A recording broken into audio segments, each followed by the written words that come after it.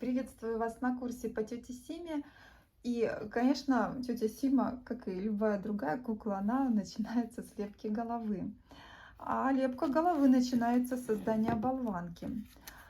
Наш размер тети Симы будет около 25-26 сантиметров, поэтому голова в готовом виде, пропорции соотношения головы к всему росту куклы, да, давайте так скажем, к размеру куклы примерно 1 к 5. Поэтому если рост всей куклы получается около 25 сантиметров, то наша голова ну, где-то около 5-6 сантиметров пусть будет.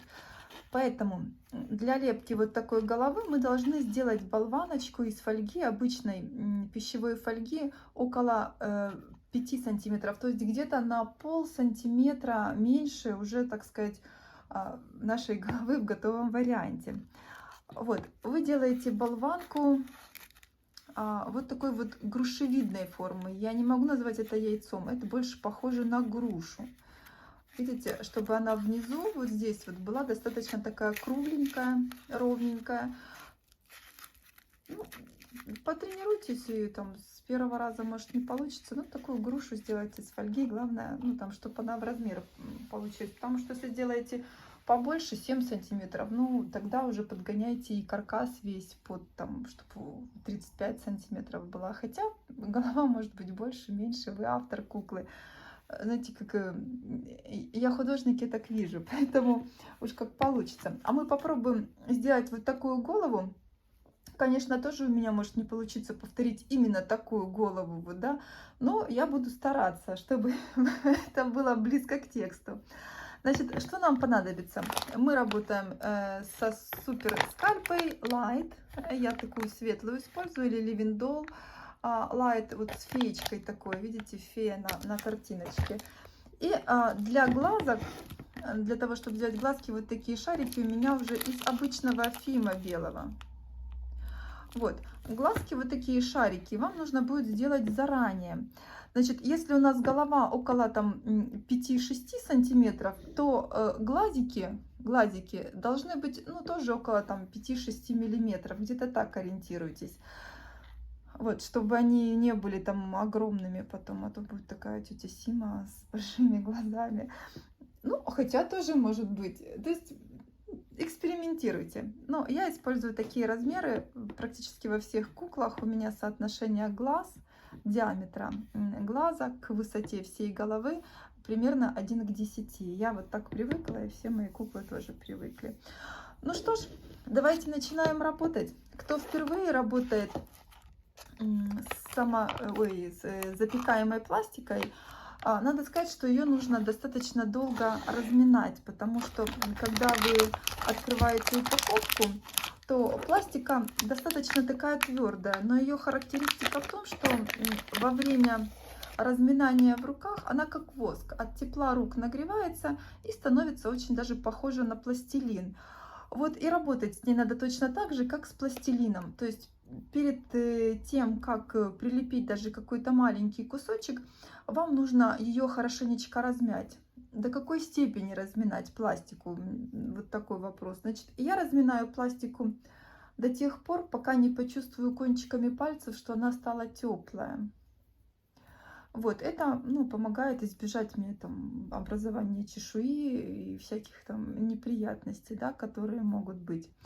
Также еще очень хорошо иметь под руками такой грязный кусочек, как я его называю. Ну, это какая-то уже бушная пластика использованная, об которую я буду вытирать руки в процессе, потому что на руках от инструментов, от окружающих предметов собирается много грязи, и чтобы эта вся грязь оставалась на этом кусочке, периодически, ну, вы его просто об него вытираете руки, правильнее сказать. Конечно, еще влажные салфетки.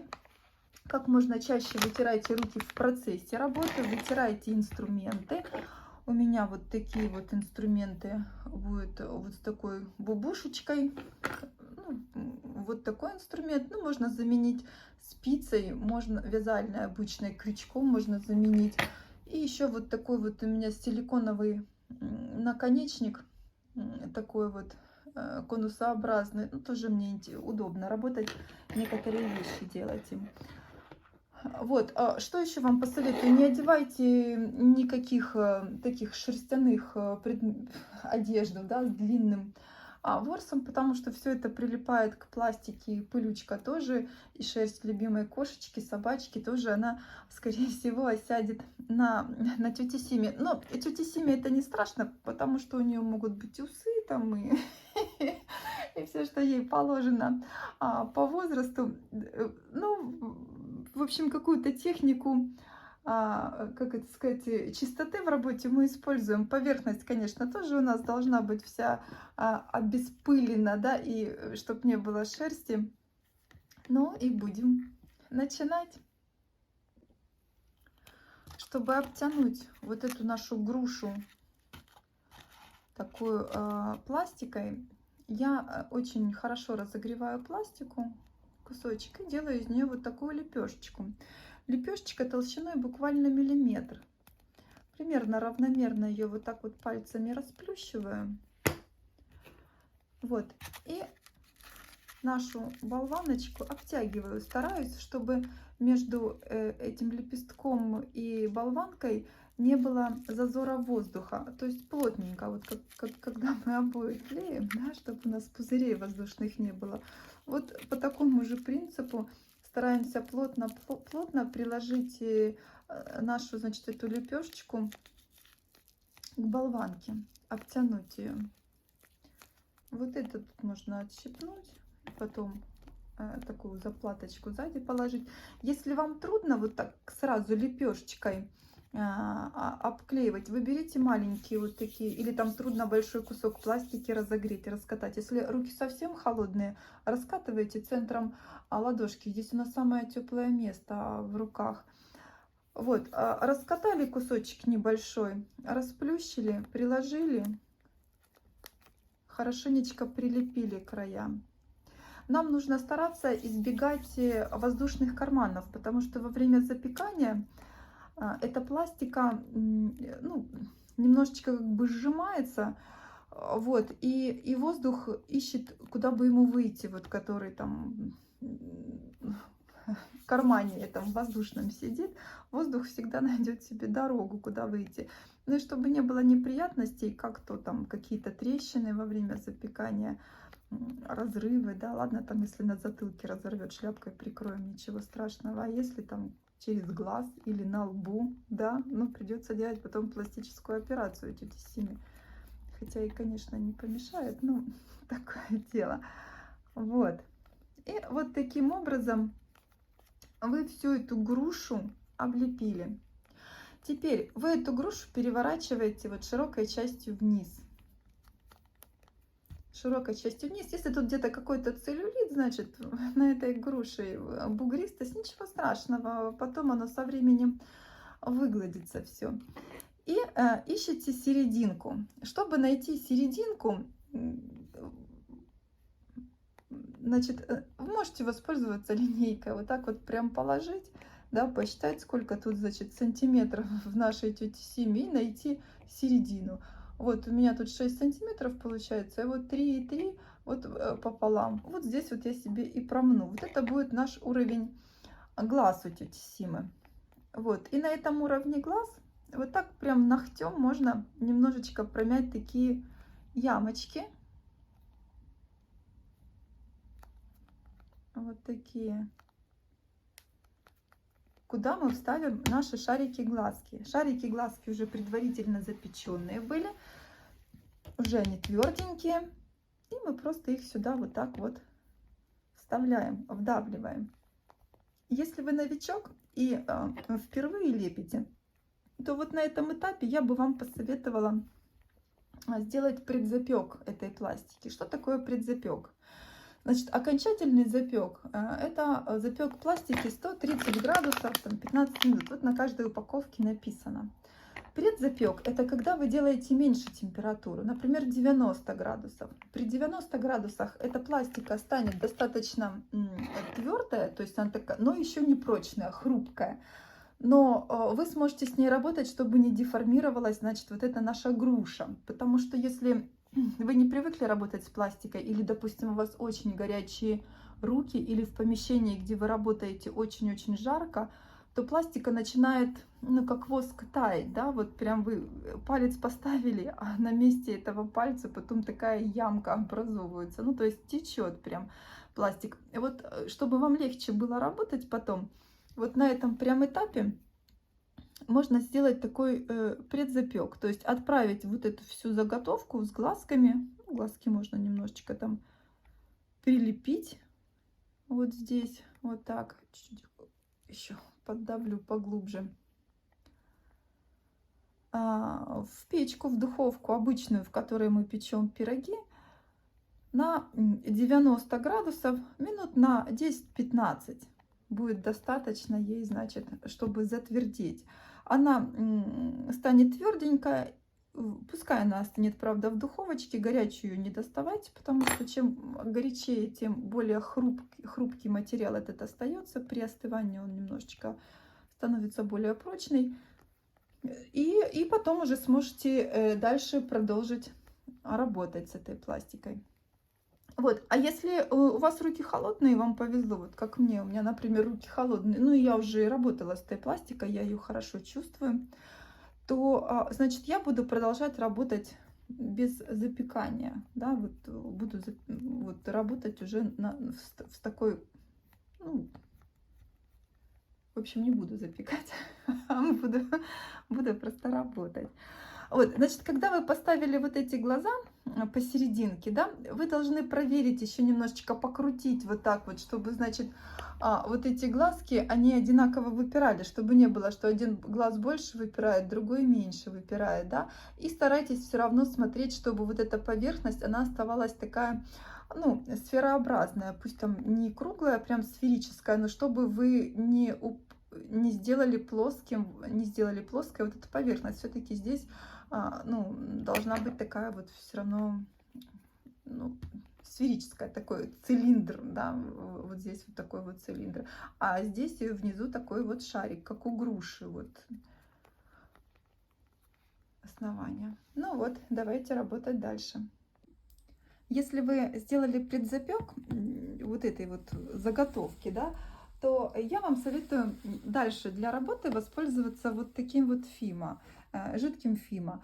Это жидкая пластика, по сути. Для того, чтобы лучше потом вот эта сырая пластика прилеплялась уже к запеченной, вы буквально пару капелек, как будто бы, ну, знаете, вот наносите сыворотку на лицо, да, вот косметическую, вы ее там капельку взяли и эту капельку распределили по всему лицу. Вот то же самое надо сделать и с тетей Симой. То есть буквально взять одну капельку вот этого фима и эту одну капельку растянуть по всему лицу, не больше. Потому что если много намажете, ну, я понимаю, что не жалко, ну, получится каша такая. И эта пластика, которую вы будете прилеплять, она будет очень уж течь быстро, такая становиться жидковатая, да, поэтому, ну, нам этого не надо. Итак, вот у нас уже эта готовочка, глазки стоят, и вот появилась новая отметочка. Во-первых, я провожу себе всегда такую линию симметрии вертикальную, чтобы примерно ориентироваться для себя, да, право-лево было, чтобы одинаково. И вот от линии глаз до самого низа подбородка я нашла примерно середину. Это будет линия смыкания губ, скажем так. Ну, давайте, чтобы было проще понятно. Вот у нас наши 6 сантиметров. И вот, то есть нам нужно где-то примерно полторы клеточки, да, если у нас было здесь до уровня глаз 3 клеточки. Вот раз, два, три оно стоит. И где-то вот полторы клеточки, то есть половинка. На этом уровне у нас будет линия смыкания губ. И отмечаю себе сразу такими вот зазубринками, чтобы куда я буду делать объем верхней губы. То есть мы сейчас с вами слепим вот этот вот объем нашего так носогубного треугольника, да, но мы сейчас его будем делать чуть-чуть поменьше, а потом мы просто, когда уже будем формировать улыбку, мы немножечко подтянем. Сейчас мы просто набираем необходимые объемы. Мы берем шарик чуть меньше, чем сантиметр в диаметре, можно и сантиметр взять, делаем из него вот такое веретено, и это веретено прижимаем только сверху. И прикладываем его вот прямо на эту линию нашу, которую мы себе отметили, смыкание губ. Смотрим, проверяем себя, чтобы вот за вот эти пределы нашей отметки, наши, значит, а, вот этот объем не выходил. Старайтесь сохранять его такое полукруглое, сферическое тоже. И вот вы его поставили и приглаживаете, чтобы на уровне глаз он перешел уже вот в эту нашу болванку, такую, такую и оставить. То есть мы зарезервировали вот этот объем пластики для нашей верхней губы. Дальше мы будем резервировать объем пластики для носа. То есть мы будем работать так. Мы объемы наберем, а потом уже эти объемы будем детализировать. То есть вот, допустим, объем на нос мы поставим, а потом из него уже будем, значит, там какие-то там дырочки в нем, крылья носа, бородавочки, все уже потом. Значит, на нос я возьму примерно чуть больше, чем я брала на губу. Опять-таки, все зависит от размера носа. Знаете, нос, он может же быть и побольше, чем вот у тети Симы такой. Но если вы делаете вот такую похожую, берете примерно где-то 1,5 сантиметра в диаметре, ну 1,3 миллиметра может быть, то есть 13 миллиметров, 15 миллиметров. Поприкладывайте к своей груше, потом поймете как. Делайте вот такую вот из него капельку. На этой капельке в нижней части немножечко сделайте прищип такой, чтобы нам легче было поставить его прямо на вот эту верхнюю губу. Обращаю ваше внимание, что вот этот нос надо не только ровно поставить по вертикальной линии, по нашей оси, да, прилепить его, но он должен заканчиваться на уровне глаз. Видите? То есть я его ни на лоб, ни сюда ставлю, ни вот так вот, да, как бы мне хотелось. А я вот этим его прищипом практически ставлю сразу на край вот этой нашей лепешки, которая будет для носогубного треугольника. И к уровню глаз. Все, проверяю, кручу, чтобы это было симметрично. И приглаживаю. Прихватываю на уровне глаз. Он у меня тоже должен перейти вот уже в нашу болваночку. Внизу он плавно переходит в верхнюю губу. Видите, плавненько, нет никаких здесь ступенек. А по бокам просто пока его прихватите. Просто пару движений, чтобы он там не ерзал со стороны в сторону. Вот. Поставьте так. Можете поиграться, уже из него вытянуть какую-то форму. Ну, допустим, да, чтобы там понимать, хватает вам этого объема или нет, или вы хотите больше. Но если вы вдруг, когда поставите щеки, поймете, что у вас нос маловат, и вы хотите больше нос, да, ничего страшного, вы всегда сможете потом долепить этот кончик носа, дорастить его. Ну и, собственно говоря, если увидите, что уж очень большой у вас получился нос, вы всегда сможете его отрезать. Ну, прям взять вот ножничками маленькими и отрезать все лишнее. То есть вы здесь, когда творите куклу, царь и бог, и все, что бы вы ни сделали, вы все сделаете правильно. И всегда можно подогнать так, как вам нужно. Следующее, что мы сделаем, мы положим объем на лоб. Вот этот, вот видите, в профиль я вам показываю. Вот эту зону мы сейчас сделаем, вот такую, вот эту кругленькую. Здесь у нас она плосковата. Сейчас, если мы в профиль посмотрим, как Карл Маркс, третьего не хватает. Вот, ну, я беру шарик, такой же примерно, как брала на нос, тоже где-то, ну, чуть больше сантиметра. Вот, хорошенечко его тепленький разминаю и делаю из него вот такую форму. То есть я его разминаю по периферии, то есть он у меня как линза получается, видите? Вот такой, с одной стороны выпуклая.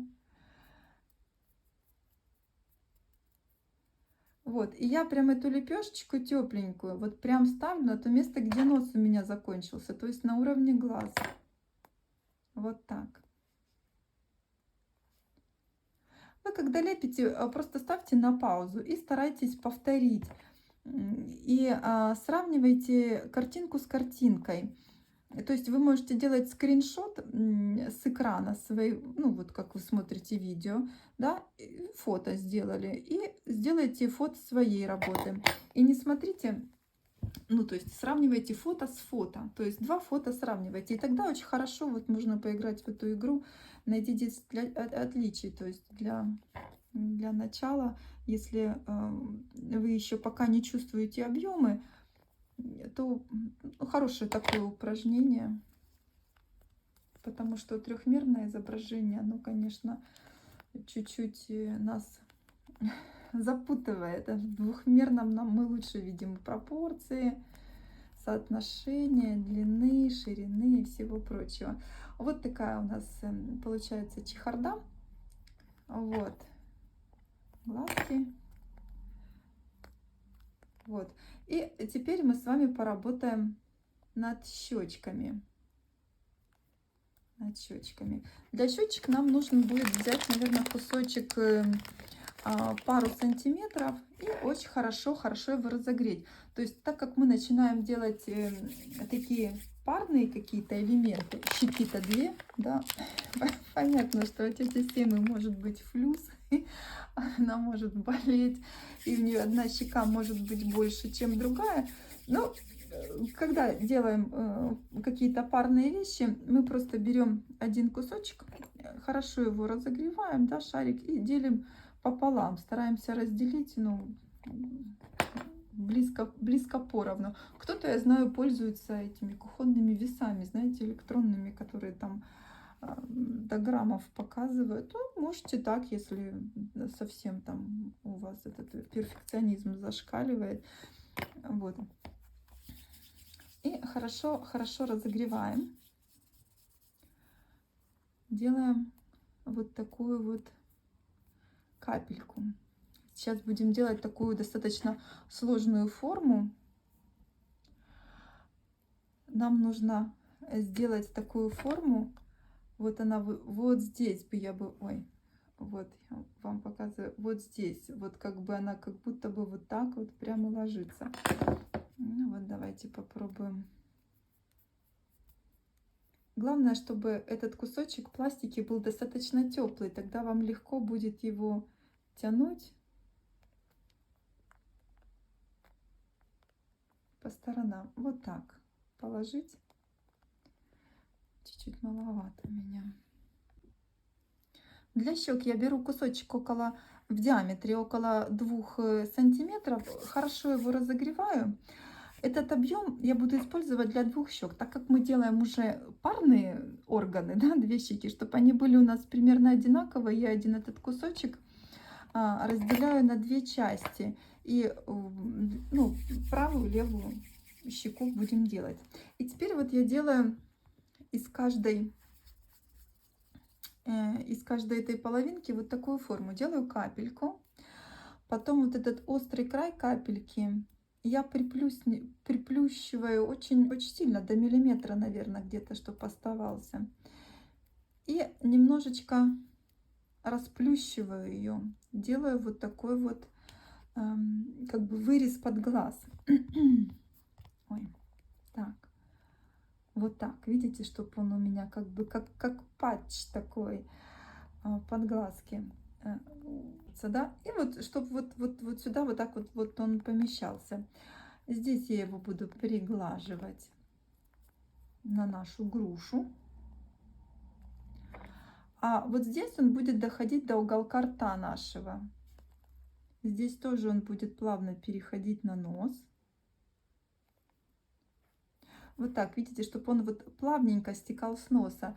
Не было здесь никаких таких резких ступенек, переходов. А здесь он будет у нас на губу уходить. Вот так. Под губой вы его тоже прилепляете, но объем вот этот не сглаживаете, чтобы оставалось кругленькое такое. Но чтобы тоже оно брылькой не висело, а вы его пальчиком разглаживаете, чтобы оно как бы плавно вписывалось в эту грушу, переходило плавненько. Вот так. Под глазиком точно так же. Аккуратненько все приглаживаете.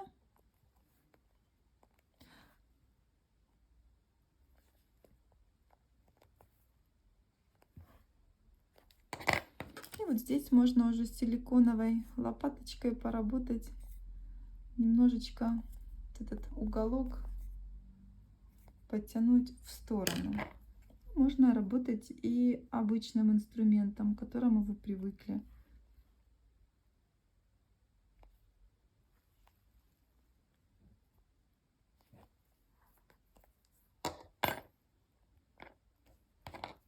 Так. И со второй стороны делаем то же самое. Хорошо разогреваем. Пластика должна быть теплая. Вот для вот таких всяких вещей, которые мы тянем, как бы укладываем, размазываем. Чем теплее пластика, тем лучше. Когда руки будем лепить, там не нужна очень теплая. То же самое делаю, такой как бы полумесяц. Да, вот этот край, который будет ложиться на переносе, он такой тоненький-тоненький. И вот мы его вот так прямо на переносе, то есть не сюда я его кладу, а прямо на переносе укладываю. Здесь он у меня доходит до уголка рта, чтобы он по касательной как бы проходил. И здесь вот за глазиком на височек я его все приглаживаю. Вот здесь, чтобы он, значит, не висел таким, не стекал бы, да, мы вот тоже вот как бы в эту грушу вживляем, приглаживаем, чтобы вот это как бы раз и не брылькой висел такой, как у бульдожки, а все-таки мы его это немножечко к телу приглаживаем. Все-таки тетя Сима у нас барышня, сила гравитации, конечно, ее не пощадила, но все же должна быть она у нас такая симпатичная и миловидная. Вот. Вот такое вот у нас получается. Вот эти вот штуки, вы их сразу выглаживаете. И когда вы поставили две щеки, обязательно проверяйте симметрию. Так посмотрели, так проверьте себе по объему, да, вот прям можете так поставить, сфотографировать хорошо на телефон, где есть такая вот разметочка, и посмотреть здесь и здесь. Видите, как вот эта щека у меня меньше, чем вот эта. То есть можно или эту поддавить чуть-чуть назад, или эту, если есть объем, откуда взять, немножечко объем взять, чтобы они у нас были более-менее одинаковые. Вот. Ну, у нас персонаж такой, что, конечно, время не пощадило, и у тети Симы всякое могло случиться с лицом. И одна щека больше, и, ну, что там, вот.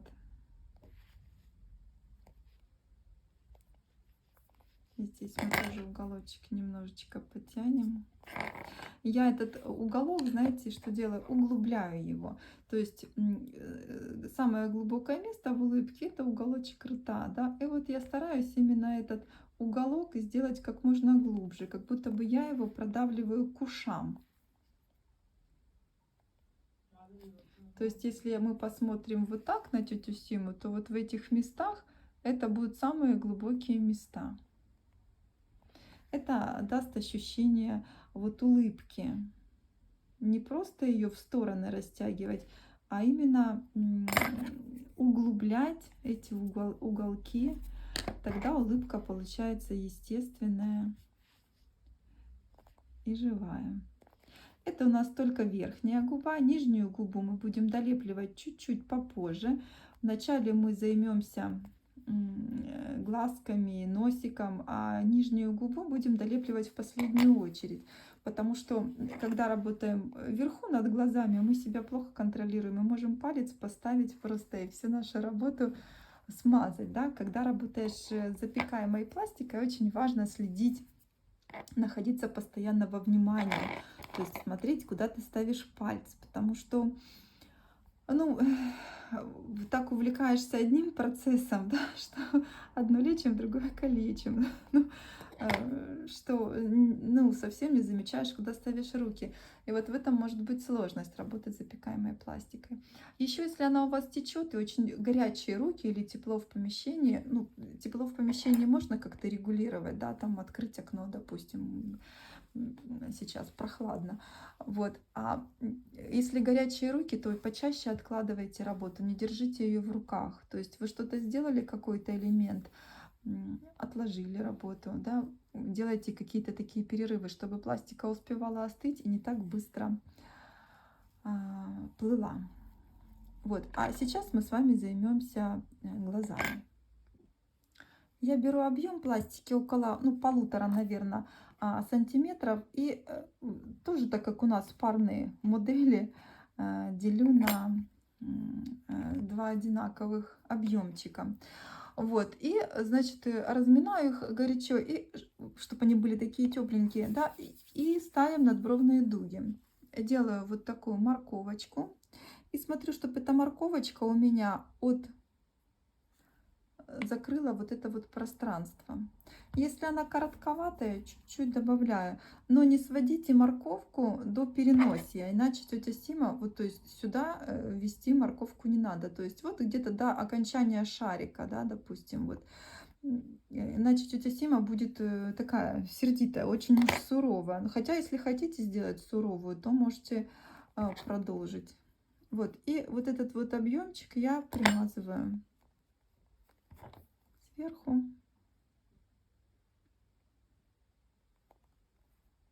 И вот здесь. То есть, видите, он у меня касается шарика практически.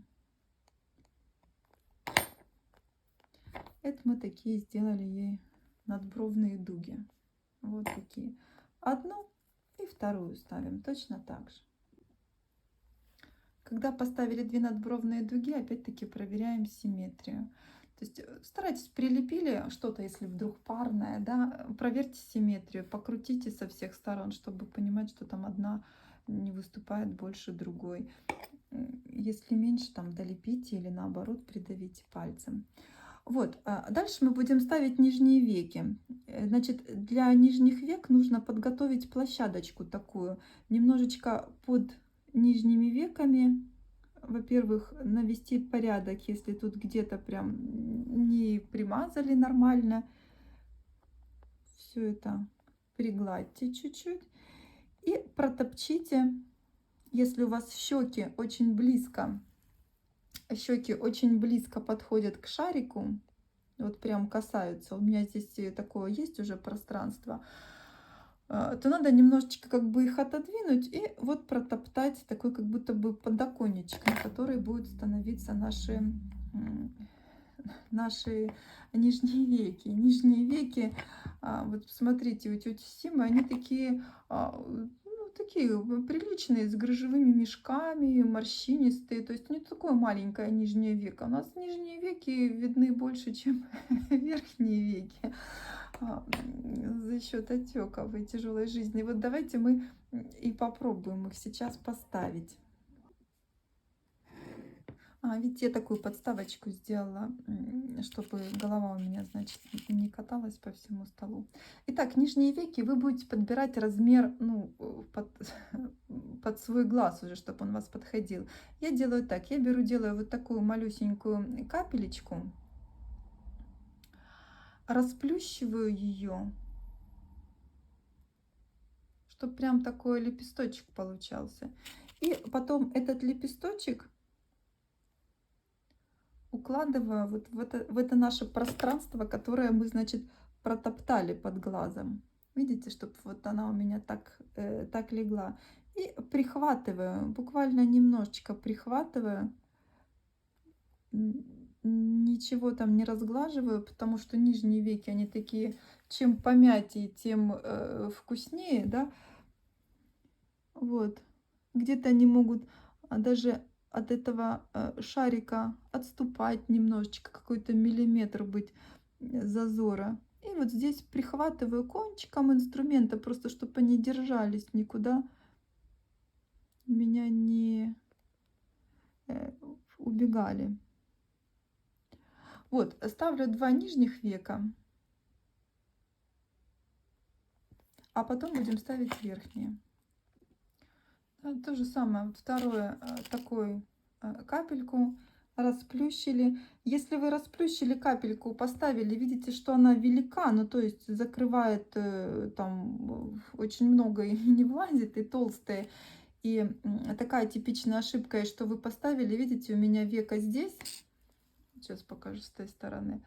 Вот, века здесь, а потом щека выступает. А бывает так, что ставят, что века, ну вот такое толстое я примерно поставлю, что оно прям на уровне с щекой. Ну, это не будет хорошо смотреться, это будет такая тетя Сима опухла.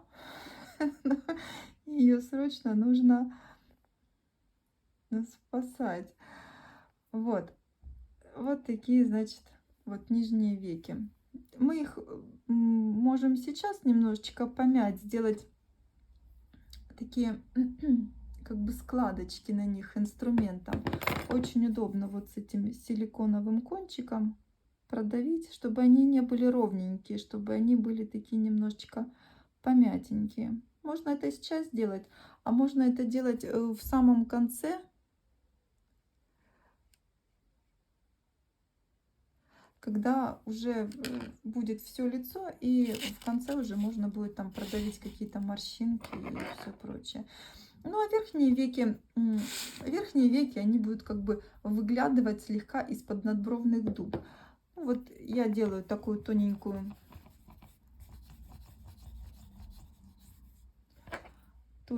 колбаску. Чуть-чуть тоньше делаю край, который к внутреннему уголку глаза идет. Значит, верхнее веко, оно будет перекрывать нижнее веко. Вот. Вы его просто вот так вот укладываете.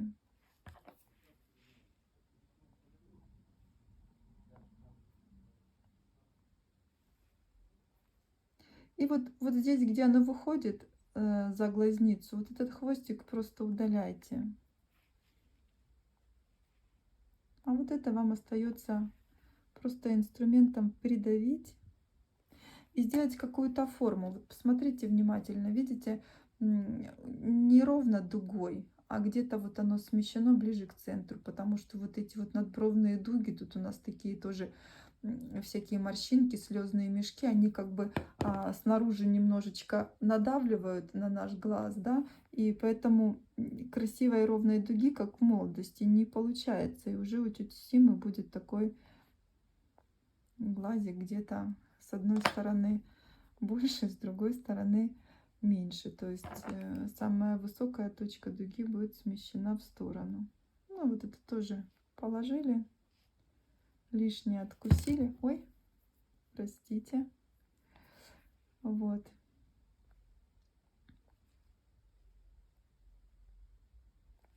И пригладили. Можно чуть-чуть продавить. И сделать аккуратненько это веко.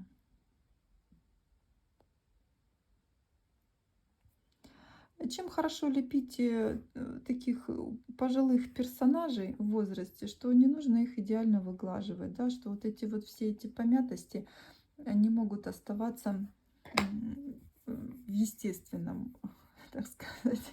Все, что помятое, то и хорошо. Если вы хотите сделать ее более уставшую, тетю Симу, да, тогда надо будет эти колбаски сделать чуть-чуть потолще. Видите, вот я как бы дополнительный объем накладываю. И тогда у нее глаза такие более уставшие, кажется. Но решайте сами, как вам больше нравится. Но есть варианты для импровизации.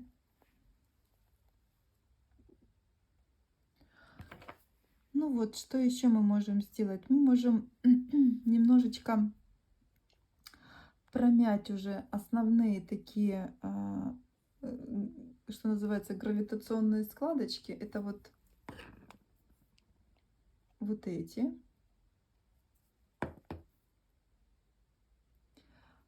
Проминаю ребром инструмента. Ставлю его на ребро, оно такое тупое, не острое. Ничем острым проминать не надо, потому что остается острая складка, ну, которую можно, конечно, потом сошлифовать, но лучше таким чем-нибудь тупым. И давайте еще вот на переносе тоже у тети Симы вот здесь такую вот сделаем, как это, складка гордеца называется, да. Можем сделать, если у нас тут недостаточно объема для этой складочки, можно дополнительно прилепить такую лепешечку небольшую, чтобы, так сказать, характерней наша тетя Сима выглядела. Но не переборщите, потому что такая складка, она еще римская называется, да, чтобы она была у нас, не стала похожей на римских борцов. Так, ну хорошо. И можно вот какие-то продавить такие на лбу сразу характерные складочки, чтобы было нам понятней. Ну вот, вот такая тетя Сима у нас уже получается. Пока очень такая добренькая и хорошенькая. Спускаемся ниже. Теперь мы займемся крыльями носа. Если у вас достаточно объема вот здесь, вы можете прям вот в этом носу продавить крылышко носа и продавить носовой ход. Вот, но я хочу немножечко добавить, то есть я вот эту капельку, когда на нос положила, вытянула ее, я хочу побольше сделать носик. Вот я его сейчас чуть-чуть вытяну такой, чтобы он у меня был, ну, совсем такой, как у тети Симы. Вот, и доложу вот сюда вот крылышки носа. Вот эти вот. Еще что меня катаешься. Вот. Доложу вот эти вот объемчики, крылышки носа. Тоже берем одинаковое количество пластики, ну, маленькие, совсем такие малюсенькие шарики, совсем малюсенькие. Вот, и можно даже их сделать тоже не шариками, а вот такими вот капельками. И эту капельку чуть-чуть я приплюсну, чтобы легче было работать. И я ее накладываю узкой частью кончику носа, а широкой вот прям вот где у нас эта складочка начинается, вот сюда. И видите, у нас кончик носа вот на таком уровне, да, идет кончик носа, а крылышко носа чуть-чуть выше поднято, чтобы вы не накладывали вот так этот нос, да, тогда будет резать. У нас как бы крыло носа за счет того, что тетя Сима у нас улыбается, оно тоже за щекой тянется вверх. И вот так вот мы его приглаживаем. Чтобы легко приглаживалась, должна быть теплая пластика. Не забывайте ее достаточно хорошо разминать. Вот, вот вы пригладили эту пластику, эту капелюшечку. Вот, и теперь можно продавить вот это крыло носа само, сделать носовой ход. Точно так же я все работаю ребром, ничем острым никуда не лезу. Вот. Если вдруг получилось сильно глубоко, возьмите и загладьте, немножечко протопчите вот этой силиконовой кистью. Силиконовая кисть, она как бы скруглит вот эти вот края. Если когда вы продавливаете носовой ход, ну вы его тоже там до гипофиза не ковыряйте в глубину. Но может какая-то объем пластики лишний быть, вылезти. Вы его тогда вот сюда на переднюю поверхность выгоняете. А здесь уже делаете все красивенько. Вот. Ну и с другой стороны то же самое делаем. Все симметрично. Прежде чем мы поставим нижнюю губу, надо нам немножечко с верхней разобраться, да. То есть, понятное дело, что когда такая широкая улыбка, вот эта вот вся верхняя кожа, она настолько сильно натягивается на зубы верхней челюсти, да, что ее практически не остается. Но вы, тем не менее, должны все равно стараться, чтобы здесь, значит, оставалась сферическая поверхность. Вот здесь, да, когда мы делали улыбку, проверяйте это. Ну и давайте какие-то губки все равно маленькие. сделаем. Вот когда у нас уже весь носик есть, по центру под носиком сделаем небольшую ямочку. И возле этой ямочки продавим маленькие такие, как будто бы там есть намек на губки такие, да, какой-то там объемчик. Все-таки же у нас тетя Сима, вдруг вы ей захотите накрасить губы, так вот это, чтобы было что красить. Вот. А с нижней губой все очень-очень просто. Вы берете тоненькую колбасочку, проверяете, чтобы эта колбасочка, значит, не выходила сильно за пределы вашей верхней губы, чтобы они примерно были на одном уровне. Вот если в профиль посмотреть. Ну и вот так вот поставили подковкой, такой подковочкой. И вот эти краюшки, которые, вот эти вот усы, вы их просто, они в грушу уйдут, вы их примажете. А вот эти вот края вы как будто бы их так вот протягиваете под уголочек рта. И с другой стороны тоже. Вот так. И у нас получается, что губа у тети Симы, по сути, выделяется только вот здесь вот по центру, под подбородочком. Ямочка такая получается. Вот так. Вот этого будет достаточно. Ну, теперь пришло время за подбородком. Вы можете поставить сразу подбородочек такой, да, а можете сделать дополнительный второй подбородок. Так вот, если вы решите делать вот такой вот второй подбородок, да, то надо с него и начать. Нужно взять где-то шарик диаметром около сантиметра и очень-очень хорошо его размять. Вот такой примерно шарик я беру, чуть больше, чем сантиметр. И делаю из него веретено. Вот, видите, вот такое вот, как будто бы веретено, чтобы края были сужены. Конечно, он должен быть очень горячий. И я его вот таким вот способом прикладываю. Вот эти вот усики уберем, не нужны они нам будут, чтобы вот до щечек доходило, как будто бы мы продолжаем вот этот вот объем окружности и приглаживаем, пока еще горячий пластик, и он легко приглаживается, чтобы мы там наши щеки не деформировали.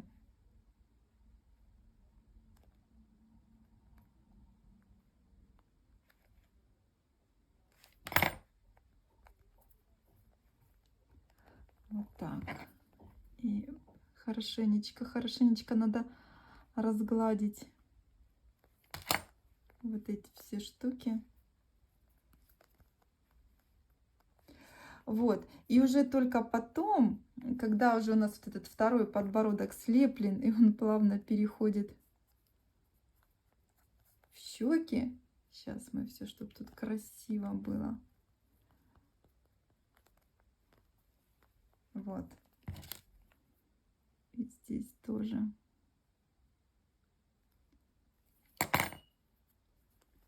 Вот, то есть мы добавили еще. И теперь только мы поставим вот эту вот маленькую горошинку, собственно говоря, своего подбородочка. И мы ее тоже вот так же пригладим. Старайтесь ее сильно не размазать, чтобы она вот, видите, в профиль вот такой вот прям бубушечка и остается.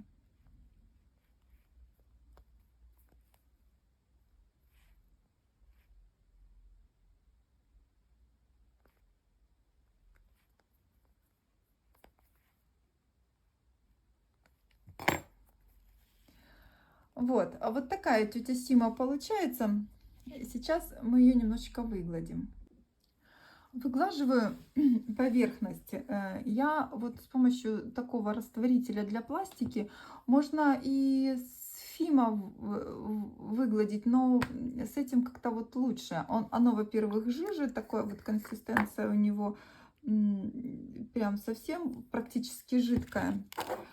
Вот, и совсем капельку на кисточку, и где повыглаживать? Повыглаживать там, где мы не можем инструментом разгладить. Ну, помните, что нам не нужна тетя Сима как пасхальное яичко, мы просто подберемся туда,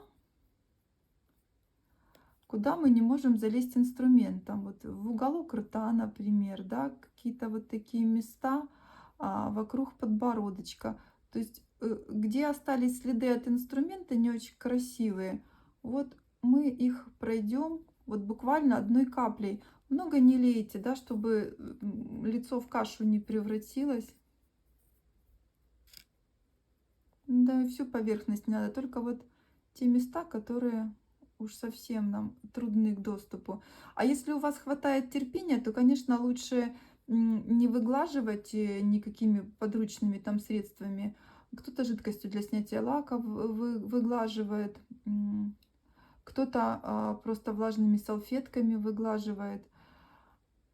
Вот, а просто инструментом, там, силиконовой кистью можно посидеть и все это дело хорошенечко выгладить.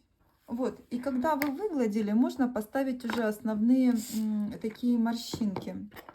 Морщинки тоже буду ставить вот этим инструментом боковой поверхностью. То есть, что я делаю? Я провожу вот эти вот наши лучики смеха в уголочках глаз. Видите, я не делаю их острые, я делаю их ну, достаточно тупые, просто провожу инструментом, даем складочки. Где-то можно еще более мягким силиконовым пройтись. Силиконовым хорошо, допустим, сделать вот эти вот складочки, которые вот здесь. Да, поднимаем чуть-чуть и продавливаем. Вот такие. Где остаются острые края от инструмента, сглаживайте их кисточкой. Ну вот, вот такая тетя Сима получается. Можно сразу же поставить ей какую-то бородавочку, а можно поставить уже, когда будем ушки делать, да, уже, чтобы у нас уже вся эта композиция была. Но перед тем, как ушки ставить, я вам предлагаю еще раз сделать такой предзапек, тоже градусов на 90, просто чтобы вся вот эта наша конструкция чуть-чуть прихватилась. Тоже 90 градусов предзапек, 10-15 минут будет достаточно, чтобы затвердело. Потом подождем, пока высохнет, и будем продолжать делать уши. Можно рискнуть и делать уши по сырому такому, да, всему, но есть риск, что где-то мы неаккуратно поставим палец и, конечно, можем сломать нос, допустим. Вот. А еще лучше, конечно, перед запеком оставить какое-то время эту голову полежать и посмотреть на нее, допустим, на следующий день. На следующий день как и свежим глазом. Да? Вы ее просто закройте, чтобы на нее пыль не садилась. Можно тряпочкой, можно в боксик какой-нибудь там крышечкой накрыть, чтобы шерсть и пыль на нее не оседала. И на следующий день уже посмотреть, и может быть где-то вы видите асимметрию, может быть захочется что-то где-то подкорректировать, а потом уже отправлять, значит, в печь потому что после предзапека, ну уже как бы вы там сложно будет что-то поправить. Как правильно запекать? Я использую бумагу для выпечки. И вот такой вот кусочек синтепона. Запекаю, не использую металлические противни, ну, то есть не кладу на них.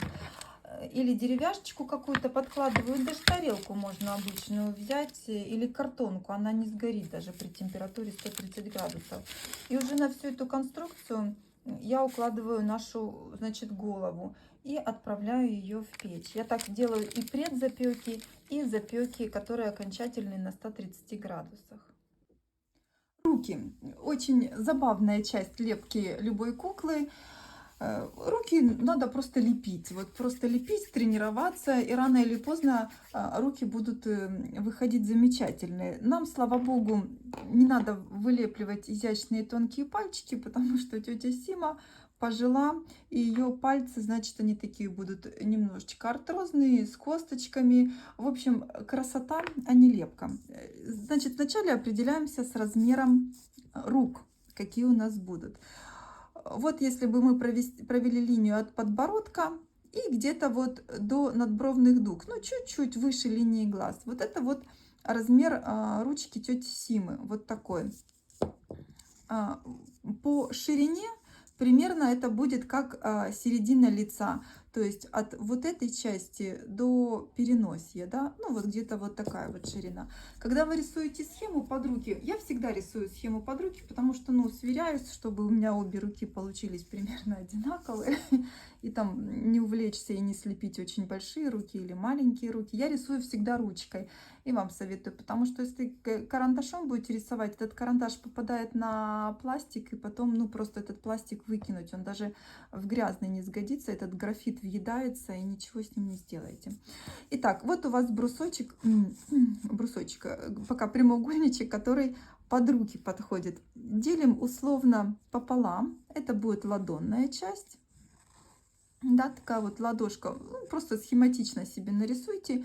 И пальчики, значит, ну, у нас мизинчик чуть короче, средний пальчик и указательный тоже. То есть вот такой вот где-то будет у нас схема. Пока мы лепим только 4 пальчика, а 5-й пальчик, значит, у нас мы будем отдельно его прилепливать к руке. Вот пускай такие будут пальцы примерно. Хотя нам важен вот этот вот сам размер.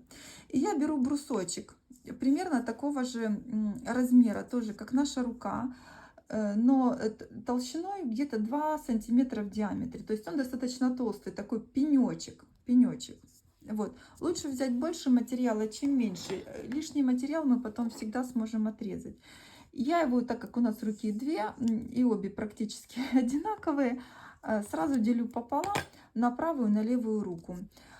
Вот в случае, когда мы лепим руки, будем работать параллельно, чтобы пластика успевала остывать. Нам, вот я всегда говорю, разминайте пластику, разминайте. Вот в случае с руками нам пластику особо не надо. Мы ее размяли и отложили в сторонку, значит, чтобы она остыла немножечко.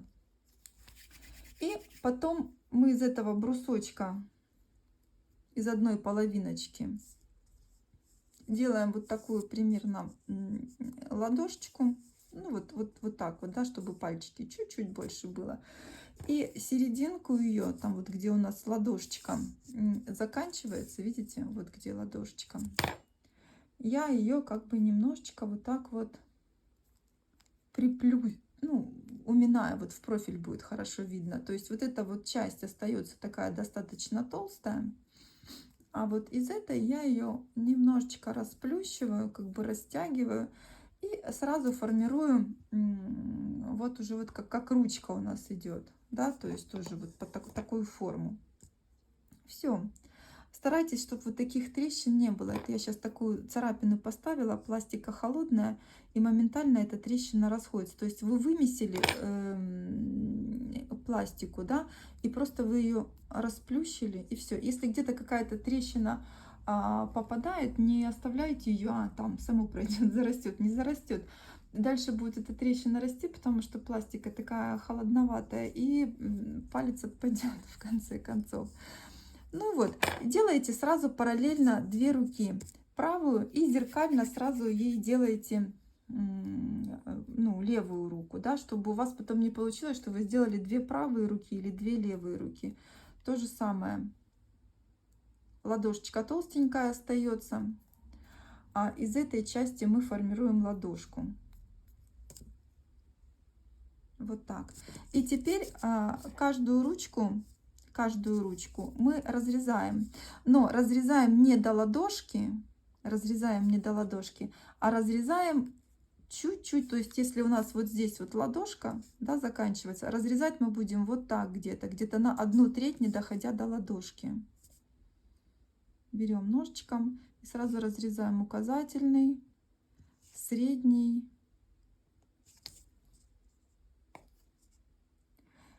Потом у меня в инструменте есть круглая такая штука, но вы можете спицей пройтись. Немножечко раздвигаем эти пальчики. Вот так, раздвигаем. Держаться надо все время за вот эту толстую штуку, за вот эту толстую часть пластики, чтобы тепло от руки не проходило к пальцам, и они у вас не расплавлялись.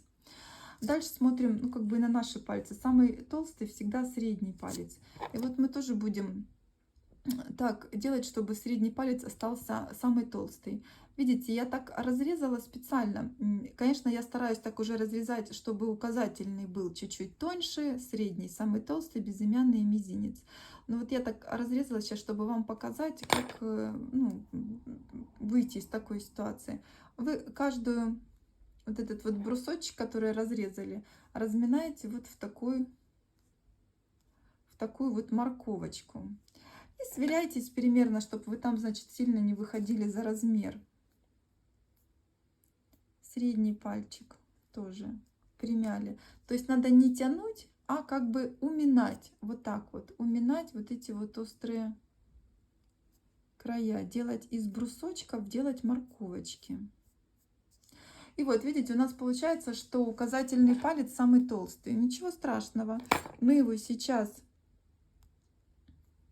вытянем до того размера, той толщины, как нам надо. И обрежем.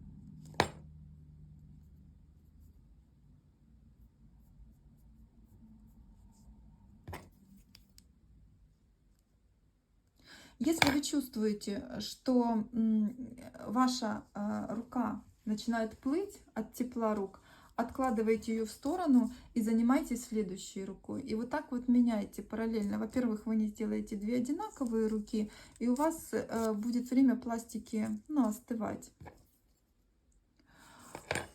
Вот она полежала чуть-чуть. Что мы делаем дальше?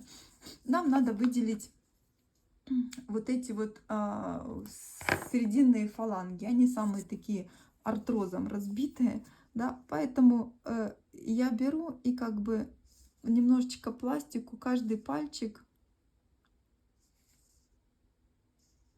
проминаю до серединки, чтобы у меня посередине каждый пальчик оставался чуть-чуть потолще.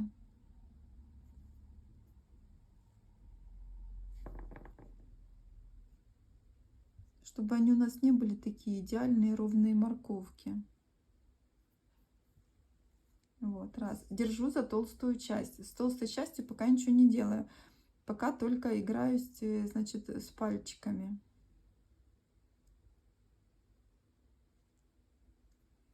То же самое. Вот примерно я себе, ну, можно такие маленькие черточки, легенькие. Помните, что ничего не режем, чтобы не процарапать.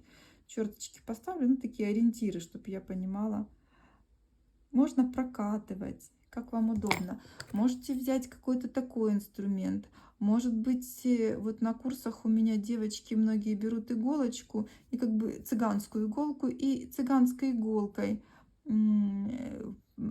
как бы прокатывают эту пластику к середине, сформируя вот этот вот среднюю эту фалангу, этот сустав такой раздутый в старческих руках.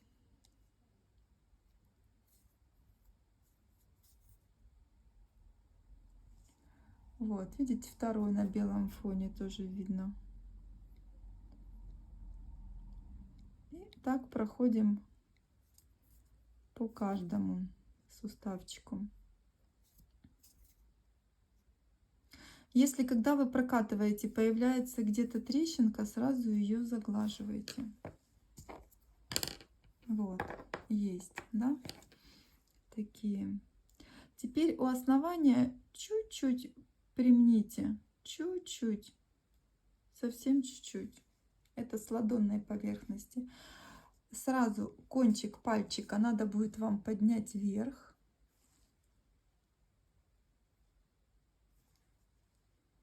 Поднять вверх и сформировать ноготь. Ноготь именно продавить луночку ногтевую, то есть вокруг ногтя продавить луночку ногтевую, не просто нажать, да, и все, а вот так вот сделать каждый пальчик.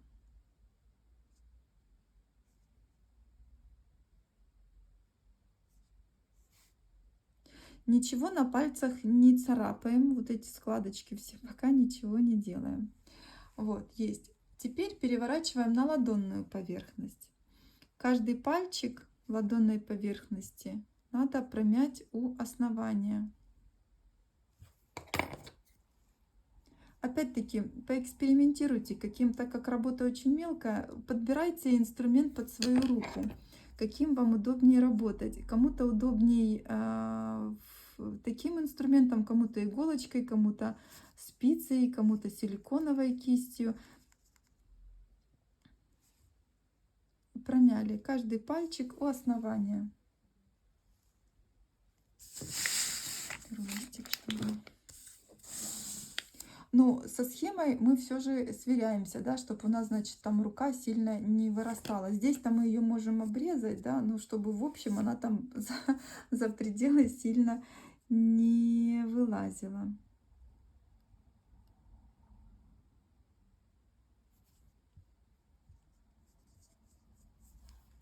Вот.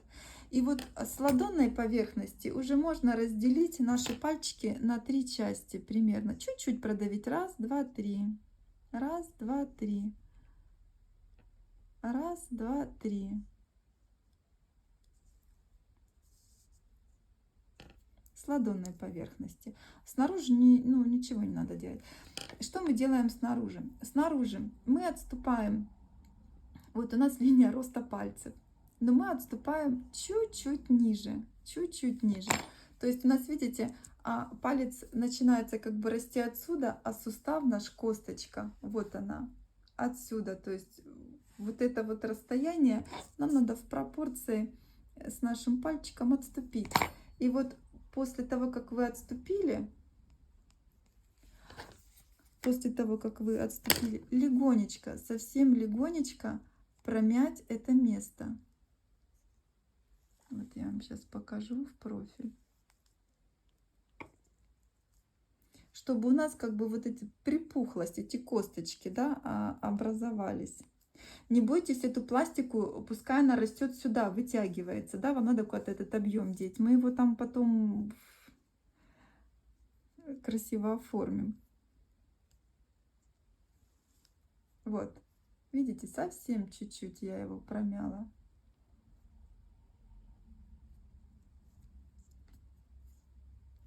Чувствуете, что плывет, берите за другую руку. И с ладонной поверхности точно так же можно здесь уже этим стеком промять. Можно пальцем, мне очень удобно, по размеру ноготь как раз подходит. И я так вот ногтем продавливаю вот эту вот ямочку.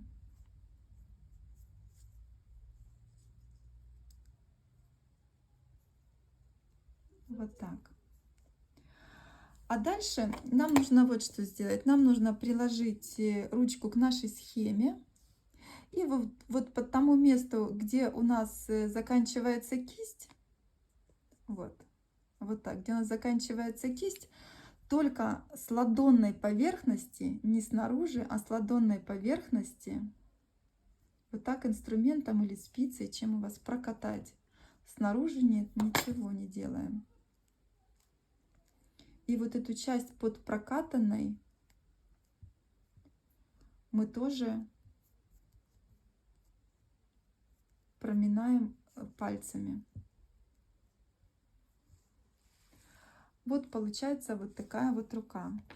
Теперь при большом желании можно сделать вот эти вот, ну, как бы бороздки, да. Для этого нужно взять, ну, лучше всего силиконовая кисточка, очень мягкая. И не делайте их ровно. Все вот эти вот наши косточки, да, как бы, вернее, это сухожилия, это не косточки, сухожилия, они все сходятся примерно к центру кисти. И вот вы тоже так, я ставлю силиконовую кисть и очень мягкими движениями, неровными, а вот такими, как будто танцующими, продавливаю, вот такими, как будто волнообразными, неровными, к одному месту. Где-то, может быть, даже стираю чуть-чуть. Вот, дальше нам нужно подумать, что у нашей ведьмы в руках. Я планирую, что у моей ведьмы в одной руке будет горшочек. Или горшочек там с поганкой, или тыковка какая-то. То есть она будет держать что-то. Вот такое у нее будет какое-то вот положение. И тут у нее, значит, будет горшочек или что-то, кстати, может быть, вот такое побольше, да, чуть-чуть прихватывать. И вот я сразу в этом месте немножечко загибаю кисть и немножечко загибаю пальчики. Но пальчики стараюсь загибать не вот с места, где они растут, да, а как бы вот с того места, от этой косточки.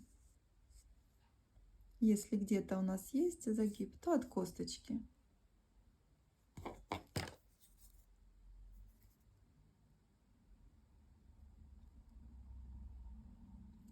Ну, а мизинчик оставим оттопыренный, он всегда такой.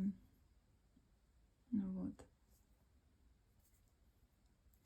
И в самый последний момент я уже ставлю большой палец, потому что он всегда, ну, чуть-чуть мешается. Очень трудно, ну, вот эти пальцы всем положить. А если вы хотите, допустим, еще больше этот палец согнуть, да, в средней фаланге, вам нужно аккуратненько с внутренней стороны промять, очень аккуратно, и вот так его согнуть.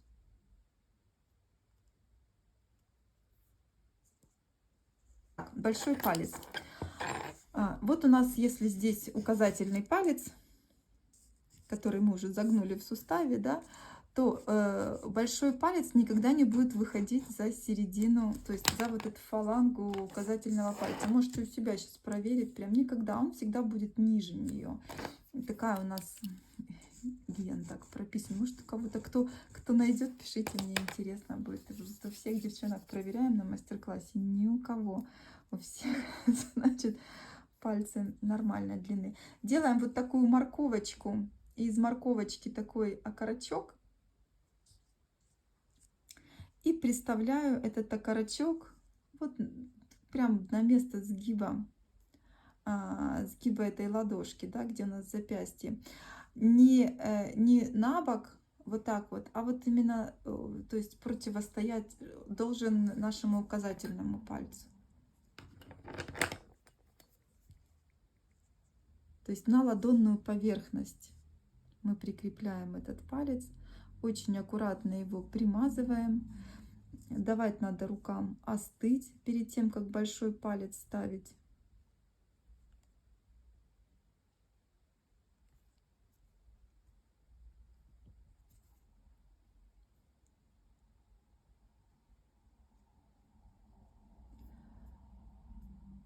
Вот. И точно так же продавливаем потом в нем ноготок. Ну и вот такие руки у нас получается. Ну, вторую руку точно так же лепим. Самое главное не сделать две одинаковые, две правые и две левые. Пробуйте, каждая последующая рука получается лучше предыдущей. Это такой прям закон. Первая рука не очень получается, а вторая уже лучше, третья еще лучше, четвертая лучше, чем третья. Ну и глядишь, так на 10-й руке вы скажете: ух ты, какие я умею лепить руки. Перед тем, как отправить руки запекаться, нужно сделать отверстие вот здесь вот в предплечье, куда будет вставляться потом проволока каркаса. Значит, делать отверстие можно такой же вот проволочкой, которая будет использоваться. Это проволока 2 миллиметра медная. Мы ее будем использовать для каркаса рук. Вот ею сразу и нужно отжать. Сделать глубину, ну, буквально сантиметра полтора. Этого будет достаточно, чтобы руки крепились. Уши. Чем хороши уши у тети Симы? Тем, что они могут быть большие, да, потому что очень часто, когда мы делаем ушки у кукол, они у нас велики. Так как форма головы тети Симы, ну, совершенно у нас неправильная, да, у нас вот эта груша и то, что из нее выросло, а все остальное, что не получилось, мы прикроем удачно шапочкой, да, поэтому уши, чтобы хуже, когда они очень близко расположены к лицу, мы будем располагать уже на конце вот этого всего нашего грушеобразного образования, да. Вот, на уши я беру кусочек примерно около 2 сантиметров в диаметре, делю его пополам на правое и левое, так как парные органы мы всегда соблюдаем симметрию, и делаю вот такую вот каплю. Значит, смотрите, размер ушей нам легко померить, и он примерно будет равен от надбровных дуг до места, где начинает расти нос. Вот где-то, вот, ну, как и у людей, собственно говоря. В таких же, высота такая же. Вы можете себе немножечко легонечко отметить, чтобы не путаться. И вот вы в такой же размер этих отметок, не хочется рисовать ручкой, но чтобы вам было видно, вот так и так, да, чтобы, значит, в высоту такую примерно где-то и делаете капельку. Капельку. Причем капелька толстая. Это не лепешечка приплюснутая, это капелька. Именно капелька вот такая толстенькая. Кроме того, так как у нас уже пластика запеченная, вы можете поставить малюсенькую каплю вот этого фима. Видите, насколько она маленькая. И просто в это место, где будет крепиться ушко, мы вотрем ее. Сильно много не капайте, будет неудобно работать. И вот видите, я эту каплю всю прям вот так сюда ставлю. И пальчиком немножечко вот так вот придавливаю, формирую размер уха. Ну, уши у тети Симы большие, вообще у старичков, когда возрастные лица лепим, достаточно такие мясистые эти уши, потому что хрящик у нас растет всю жизнь. И сзади мы тоже это ухо обязательно к голове нашей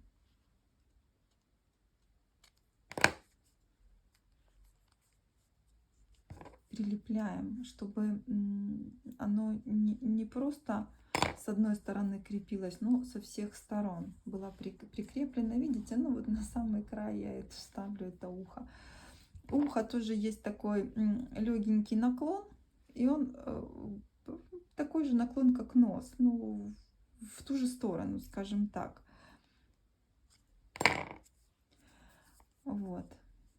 И вот формирую, может быть, что-то лишнее даже там где-то подрезать, если ухо сильно вверх вылазит сюда, не бойтесь его, прям возьмите вот так инструментом и подрежьте лишнее.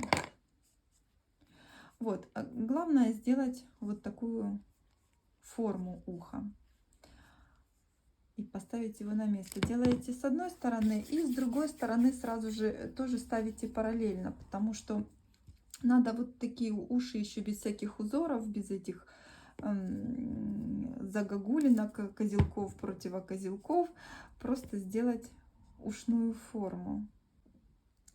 Когда уши стоят на месте, можно уже приступать, значит, к внутренней отделке уха. Ну, давайте. Так, первое, надо найти центр уха, то есть провести две линии на месте их пересечения, то есть самые широкие части, вот мы ищем, находим. Вот это будет центр уха. В центр, вот прям до запеченного пластика делаете глубокую-глубокую дырочку. И из этой глубокой дырочки вы как будто бы, знаете, паркинг есть такой подземный. Вот он по спирали идет, постепенно выезжает. И вот вы с нижнего этажа выезжаете наверх, на поверхность. И стараетесь проводить инструментом легкую борозду как можно ближе к краю. До мочки не доводите, оставьте. То есть вот такую вот загогулинку. Вот в этом месте она будет поглубже.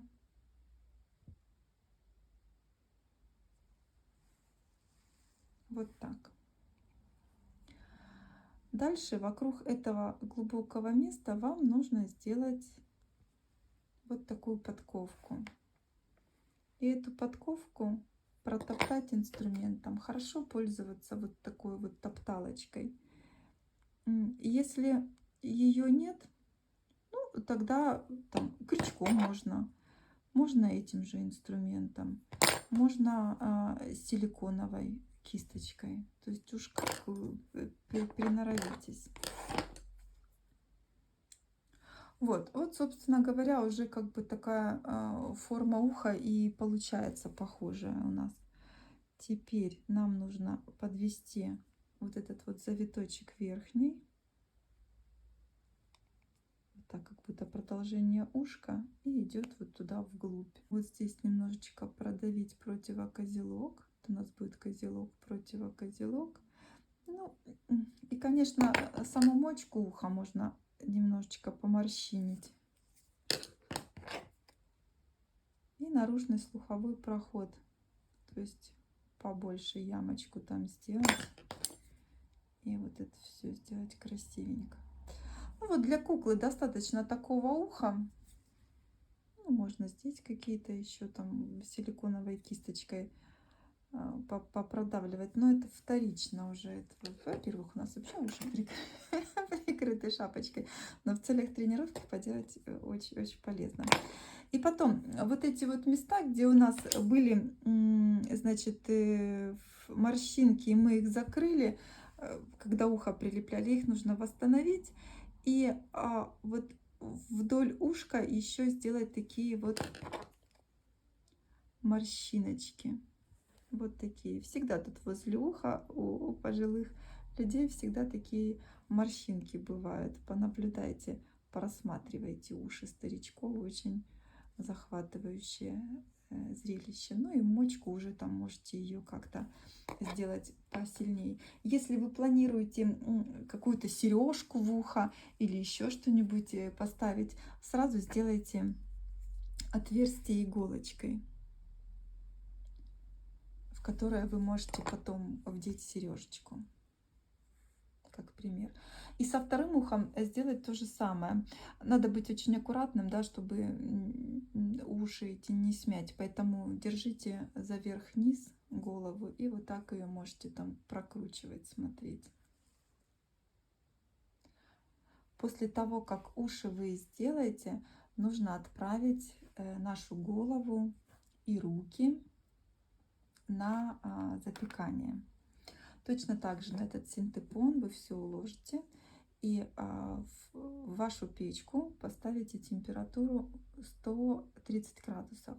Но если у вас нет градусника, вы точно не знаете, какую температуру дает ваша печка, специальные градусники для духовки, то лучше запекайте на более низкой. Поставьте 120 градусов и запекайте не там 20 минут, а 40 минут, допустим, но на более низкой температуре, чтобы не сгореть. Когда вы уже привыкнете к вашей духовке и будете знать, какую она дает температуру, или градусником проверите, тогда уже можете ставить на 130 градусов на 15, ну, так как руки толстые, может быть, там на 20 минут достаточно. Если вы хотите сделать бородавочку тети Сими, то же самое. Ставите малюсенькую, совсем малюсенькую капелюшечку. На нее бородавочку. Если у вас нет фима, тогда надо эту бородавочку будет примазать. То есть края обязательно прихватить и хорошо к щечкам, да, прихватить. И я вам сейчас покажу, как вживить волосы. Допустим, вот несколько волосинок вот на белом фоне, пусть они лежат, тех волос, которые будут на тете Симе. И вам нужно будет сделать такой очень простой инструмент. Это вот у меня иголочка. У нас это была иголочка. И здесь было ушко. То вот эту часть мы откусываем. И у нас остается как бы такая вот вилочка. И вот на самом-самом конце, сейчас, может быть, сфокусируется, не хочет камера моя фокусировать такие мелочи. На самом-самом конце такая вилочка. И вот с помощью этой вилочки нужно загонять вот эти вот волоски в эту бородавочку. Дело это такое, ну, знаете, не очень, чтобы зрение там не напрягать. Я вот прям кладу такой пучок этих волосиков, да, и просто вслепую делаю несколько вколов. Вот что туда попало, то и запечется. То есть там и будут. И вот вы прям вот в таком виде вот это все отправляете в печку. Оно там запечется, лишнее, что не прихватилось, вы просто уберете и подстрижете на ту длину, которая вам нужна. Вот. И отправляем запекать опять нашу голову и руки. Складываем все так же на лист пергамента, бумаги, вернее, для запекания. Складываем руки, складываем голову. И включаем нашу печку. Нужно запекать 130 градусов минут 20-25. Но если у вас нет градусника специального, который показывает температуру в духовке, могут быть, вы можете спалить куклу. Поэтому я вам рекомендую запекать где-то на 120 градусах лучше 40 минут, подольше. Вот. И, конечно, ну, газовые духовки не очень хорошо подходят. Они неравномерно распределяют температуру. Лучше пользоваться или аэрогрилем, или вот такими духовками, в которых есть режим или гриля, или обдува, да, чтобы распределение температуры ну, было равномерное. Кроме того, если вы в этой духовке после запекания пластики, духовку нужно мыть, но чтобы не мыть каждый раз или отдельной духовки нет, лучше все вот это дело накрыть таким стеклянным колпаком. Ну, можно не стеклянным, обычным, да, каким. Но я стеклянным накрываю. Салатница, большая стеклянная салатница, я ее накрываю и отправляю в духовку, чтобы я через нее могла видеть вообще, что там происходит с моей головой. Вот. Ну, или специальную печку себе приобретите. Да, потому что во время запекания пластификатор испаряется, и в нем есть вредные пары, ну, вредны для здоровья. Да. Во время запекания тоже будет такой запах, этого пластификатора не пугайтесь, это нормально. Удачи! Займемся каркасом. Для каркаса понадобится проволока около 65-70 сантиметров в диаметре. Это одножильная медная проволока. Можно и стальную использовать меньше диаметром. Вам ее нужно согнуть пополам, вот такой петелькой сделать вот такую конструкцию. И потом более тонкой проволокой сделать дополнительное ребро жесткости, чтобы, значит, оно там не гуляло.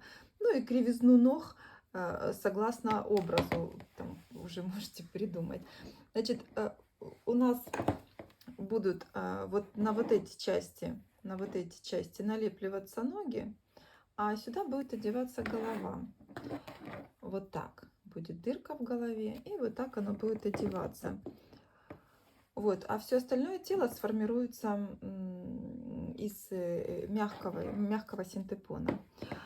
Также нужно будет вырезать, вот видите, здесь ноги налеплены, и подошва из картона вырезана. Вот такая подошва из картона. Примерно ориентируйтесь, ну, делайте ее почти как высота головы. Можете сделать чуть больше, тогда кукла будет более устойчиво стоять. Ну, вот эту вот, эти подошвы я прям приклеиваю на горячий пистолет. Вот, приклеили. И обязательно проверить, чтобы вся эта наша конструкция устойчиво стояла. Если она падает или заваливается, то, значит, надо как-то эту проволочку немножечко подогнуть, найти равновесие. Лучше всего вот это все равновесие проверять уже с одетой головой. То есть одели голову, поставили эту конструкцию и проверьте, чтобы она стояла. Вот мы сейчас тетю Симу выгнем. Да, чтобы она стояла. Ну, камера так у меня сверху расположена, но я думаю, вы понимаете. о чем я. А теперь займемся, вот, собственно говоря, будем облепливать эту ножку. Эту ножку я облепливаю из самого там, такого дешевого материала, который не жалко на ноги, из самозастывающего пластика. Можно использовать совершенно любой. Я беру DAS. Он такой тяжелый и придает кукле дополнительную устойчивость. Пропорция этого каркаса. У нас соотношение 1 к 5 мы говорили. И вот у нас получается, когда уже каркас в готовом виде, получается раз голова, 2 голова, 3 голова, 4 голова. И 5-я голова, она будет одеваться уже на этот штырек. Вот дырочка такая сзади мы сделаем. И будет одеваться. Вот такая конструкция. Здесь мы слепим ножки, здесь сформируем тело. Прежде чем облепливать нашу, значит, проволоку, я ее обмотала малярным скотчем. И чтобы использовать меньше воды и пластика лучше держалась, я еще смазываю клеем ПВА. Ну, буквально чуть-чуть, пару капель. Впереди и сзади. Так, ну, пластика будет легче приставать, потому что когда много воды прокручивается в руках, мы будем работать с такими большими объемами пластики. Там маленькие кусочки легче примазывать. Вот. И так как ноги у нас две, я готовлю сразу объемы одинаковые для правой и левой ноги. Вот смотрите, нам нужно слепить ножку до колена. До колена это будет у нас, если у нас вся вот эта конструкция 20 сантиметров, то мы будем лепить ногу, все-таки будем лепить ногу не 10 сантиметров, не половину, да, а чуть-чуть меньше, то есть сантиметров 7, а все остальное будет мягкое тело. Вот я беру такое веретено, делаю, как раз оно у меня где-то около там 7-8 сантиметров. На одну и на вторую ногу делаю. Ну, буду работать параллельно.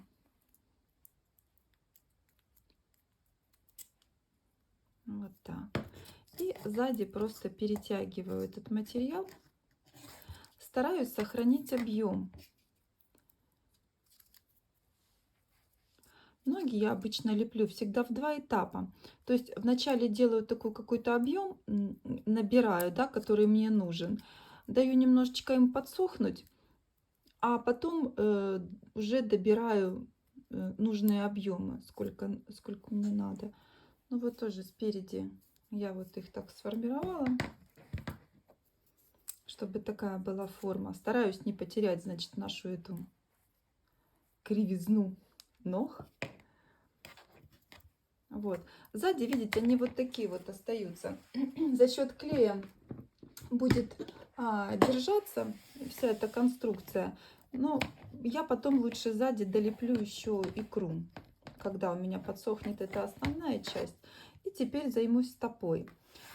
Для стопы я делаю вот такой вот кирпичик, достаточно широкий, наверное, там где-то как 1,5 стопы. А по длине он будет у меня как раз как стопа до каркаса. Вот только эта часть. И делю его по диагонали, чтобы у меня получилось 2 таких треугольничка. 2 одинаковых объема, чтобы было. Ну и вот, это будет одна стопа и вторая стопа. Уже можно будет с этим работать. Вот я ее, этот объем ставлю вот сюда.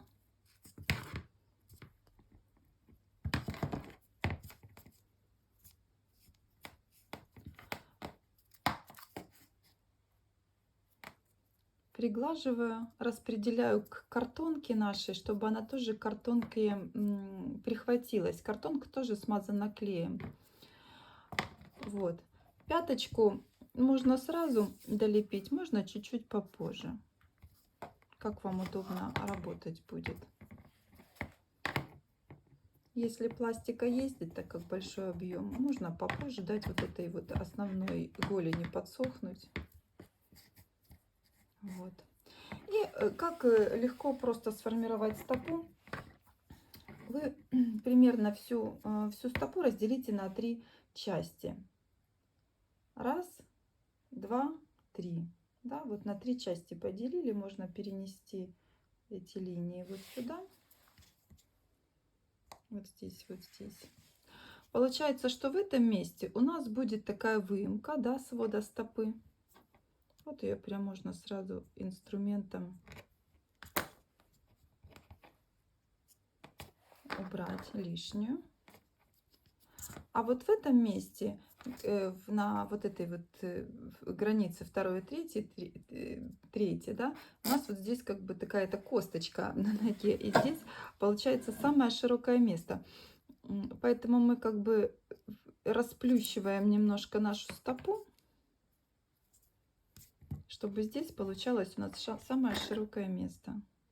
Ну, и можно вырезать по шаблончику, значит, чтобы она там у нас нигде особо не выступала.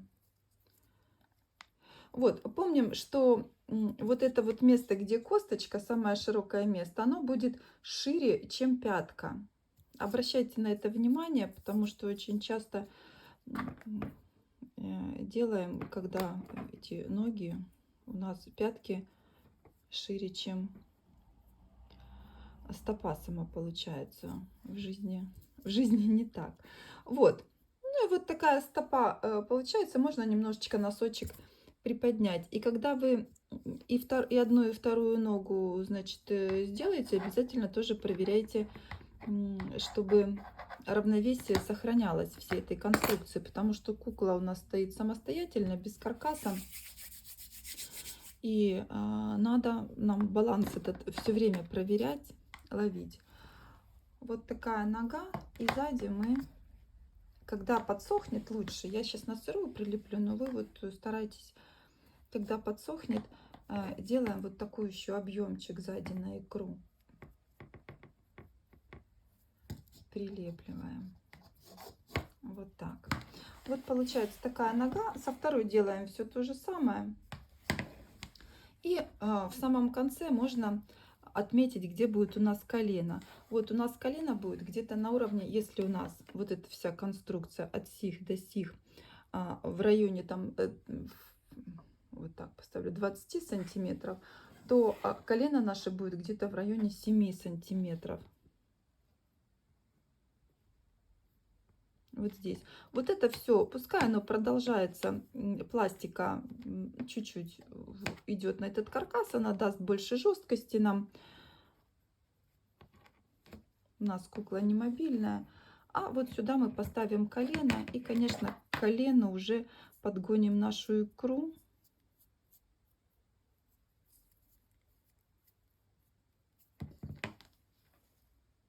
Вот.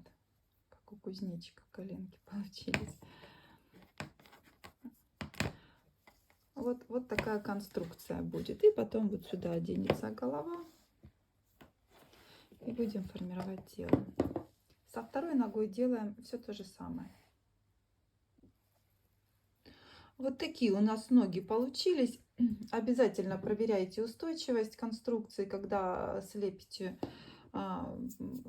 все вот это делать. Теперь нужно это все очень тщательно, хорошенечко высушить.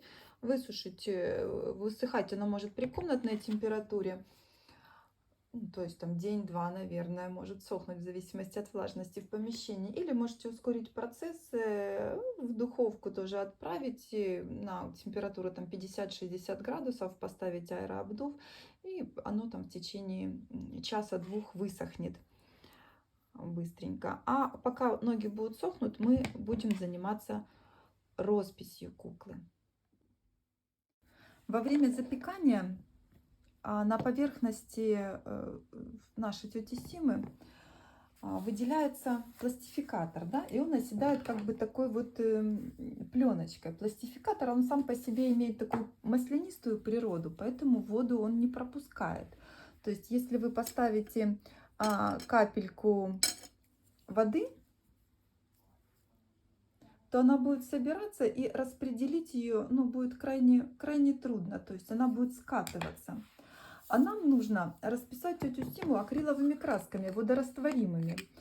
Причем эту акриловую краску нужно очень тщательно растворить в воде. И вот чтобы, значит, у нас вот эту пленочку снять пластификатора масляную, которая на поверхности всей тети Симы, мы берем обычную жидкость для снятия лака с ацетоном. И вот таким нехитрым способом промакиваем диск ватный, да, и мы будем как бы верхний слой тети Симы скатывать. Видите, вот такие вот появляются, верхний слой растворяется, и появляются вот такие вот как катышечки на поверхности. И вот мы должны пройтись по всей поверхности лица, ручек и убрать вот этот вот верхний слой. Ну, во-первых, это еще тетю Симу отполирует.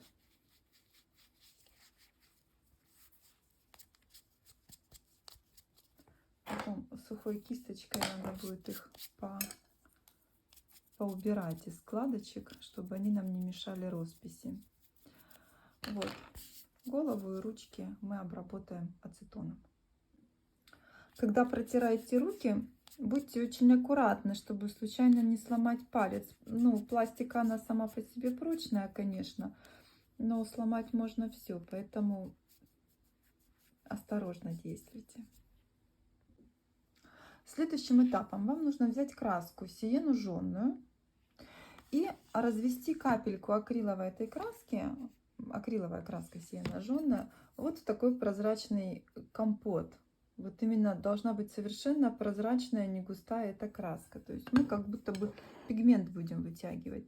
И всю нашу тетю Симу мы покрываем вот этим вот компотом. На что нужно обращать внимание, чтобы, ну, понятно, что у тети Симы и потеки могут быть, но старайтесь, чтобы потеков таких каплей не оставалось, потому что этот пигмент из краски, он в нашу обезжиренную тетю Симу входит очень быстро и плотно, и поэтому распределяйте равномерно.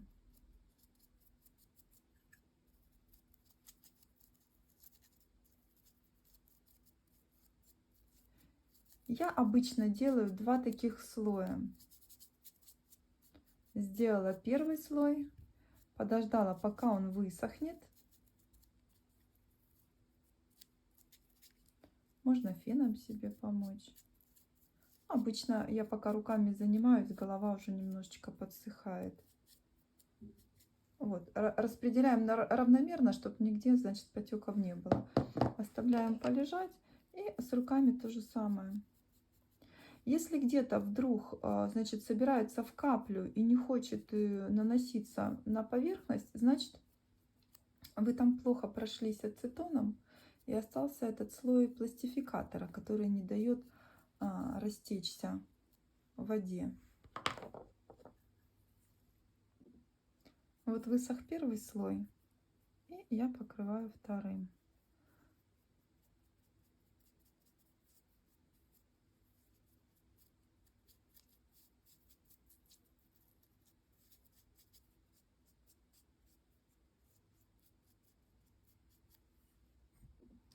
Вот посмотрите, эта голова не покрыта, эта голова вот с 2 слоями сиены. Придается такой более человеческий, что ли, более теплый оттенок кожи. Вот, и дальше мы продолжим тетю Симу оживлять вот этим же компотом. Вот этим же компотом. Я делаю 3-й слой, но теперь не сплошным, а вот такими вот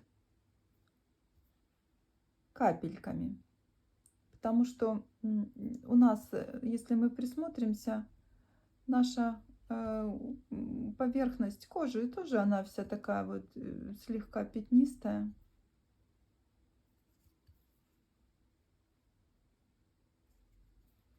Бородавку можно всю покрыть.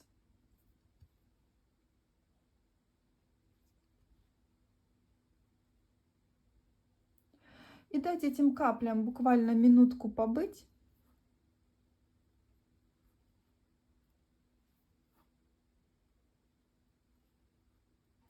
Такая ветряночная тетя Сима получается. Вот, побыть минутку этим каплям и выпить их ваточкой или сухой кисточкой.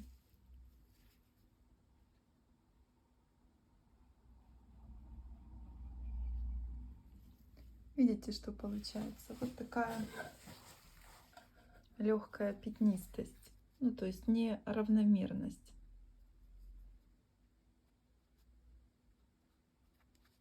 Мы будем, такая у нас роспись многослойная, и вот за счет этой многослойности будет получаться довольно-таки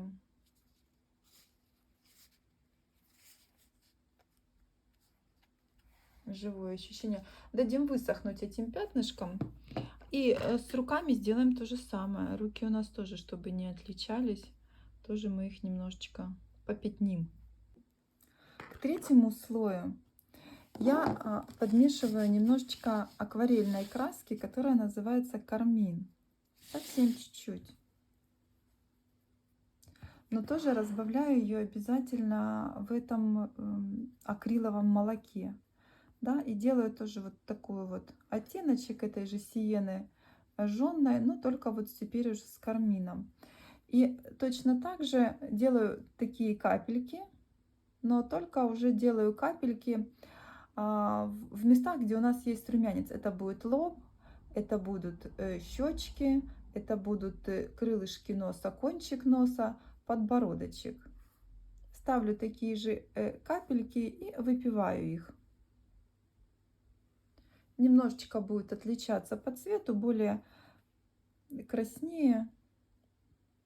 Ну вот нам эту пятнистость будем делать уже с такими оттеночками. Таким же вот этим цветом, это молоко сиеной жженой и капельку кармина, можно положить такой слой на губки, чуть-чуть подкраснить и положить в уголочки глаз красненько. И вот как оно там, эта капелька потечет по нижнему веку, пусть так и будет.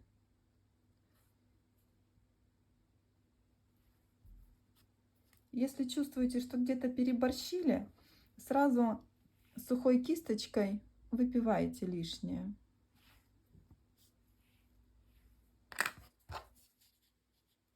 И опять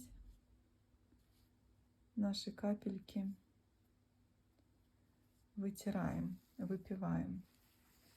И вот в такой технике слой за слоем можно там часа полтора или два сидеть и накладывать слой за слоем, добиваясь того эффекта, который вам нравится. Обычно я делаю таких, ну, смотря, конечно, какая кукла, 5-6 слоев. То есть чередую вот эту вот сиену, обычную компот, и потом только где вот эта Т-образная зона наша, лоб, нос, подбородок, щеки, где есть румянец, чередую с сиеной вместе с кармином. Ждем немножечко и выпиваем наши капельки. Когда высыхает поверхность, еще один слой делаем.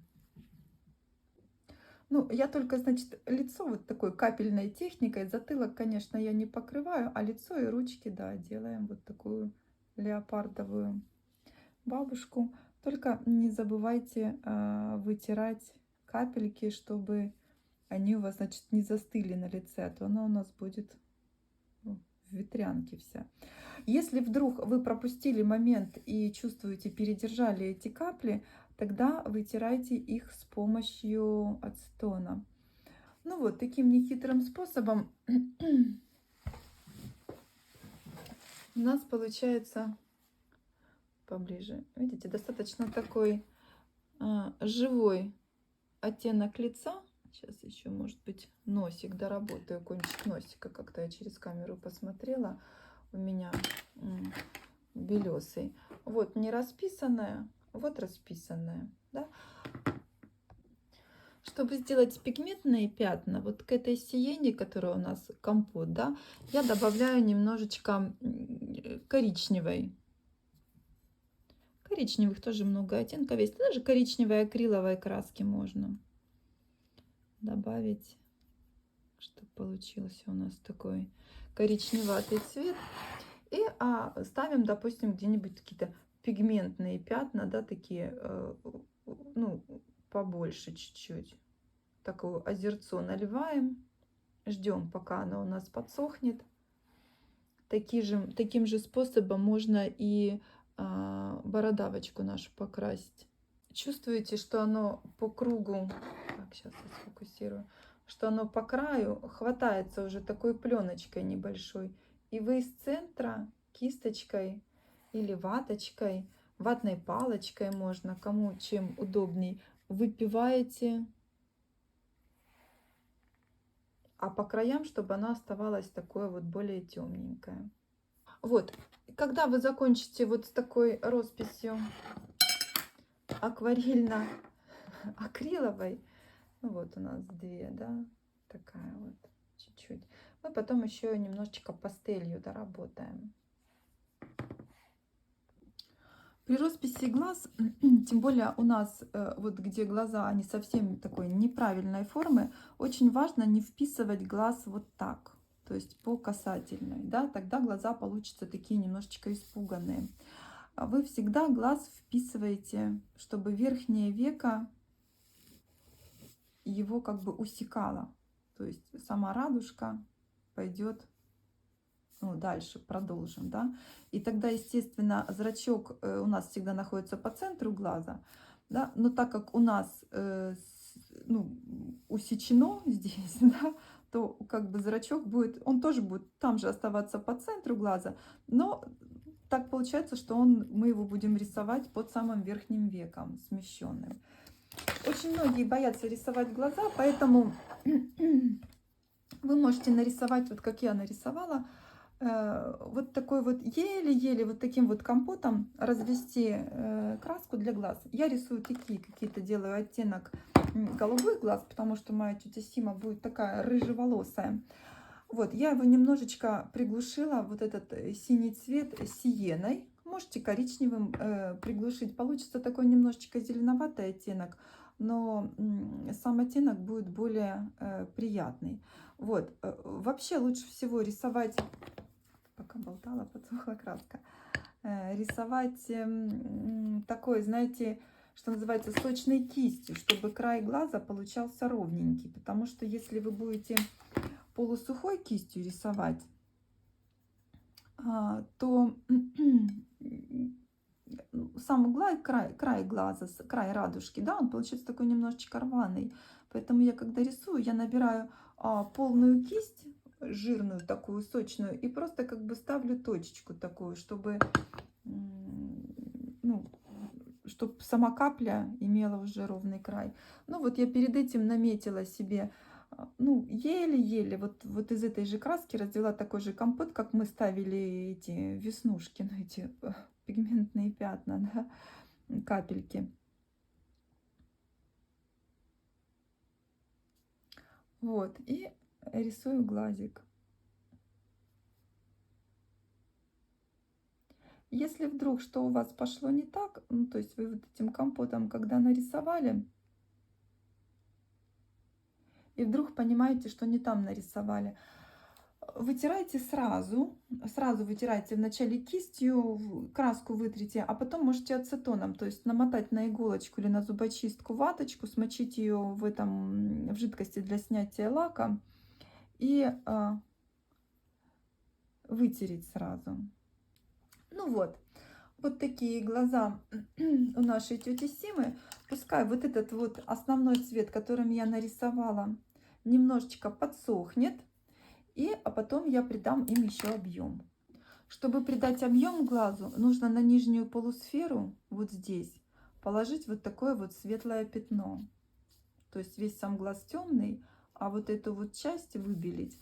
А старайтесь, чтобы оставалась такая тоненькая каемочка. У нас глазки совсем, конечно, тоненькие, поэтому взять тоненькую кисточку и стараться как бы вот поставить точечки просто этой краски. Как выбелить к этому базовому цвету, что мы мешали для глаз, я добавлю просто белого и высветлю его, ну, примерно там на тон, наверное.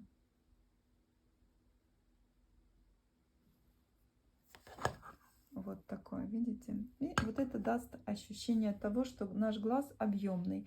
Но обязательно дождитесь того, чтобы краска высохла.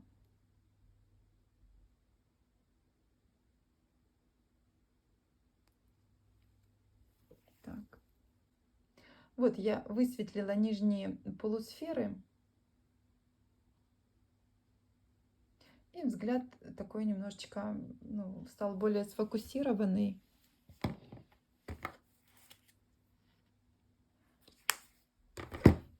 И можно со стороны, допустим, где у меня предположительно есть источник света, я еще добавлю белой краски в эту уже высветленную белую и поставлю только вот точечку снаружи, видите? И с другой стороны параллельно тоже, только ставлю точечку. Вот. Все, теперь ждем, пока все это высохнет, и остается поставить зрачки. Зрачки я ставлю черной краской. Про брови. Брови я рисую вот такой же краской, как я делала вот эти пигментные пятна. То есть это смесь акриловой сиены жженой краски, и там можно коричневой, акриловой добавить, можно акварельки добавить, что есть. И, конечно, большую роль играет кисть. Чем тоньше, тем лучше. Очень часто просто вообще не рисую, а просто форму там, где идет бровь, да, у нас бровь как бы характер показывает. Я просто пастелью выделяю цвет и все. Ну вот у нашей тети Симы я такие сделаю. Намечу просто бровки, не буду на них акцентировать внимание, чтобы такой Брежнев не получился. Ну вот. И последний этап росписи — это роспись пастельными красками. Значит, мы с их помощью, пастельными мелками, да, правильно сказать. То есть нам нужна будет сухая пастель, софт, не масляная, а именно сухая пастель. И сухие кисточки. Они должны быть, ну, совершенно сухие. Одну пошире чуть-чуть, другую потоньше. Вот. И задача этой пастели просто усилить тот рисунок на лице уже, который есть. То есть светло-коричневая пастель, нужна будет какая-то рыжая, кирпичная и красненькая. То есть вот такие. То есть светло-коричневой мы дадим акцент на глубину, то, что глубокое есть на лице. Самое глубокое на лице — это вот эта вот впадинка у внутреннего края глаза, внутренний край глазницы. Он у всех людей самое-самое глубокое место, поэтому мы его выделяем. Можем выделить немножечко вот эту складочку на переносице. Также можем выделить крылышки носа. И немножечко выделить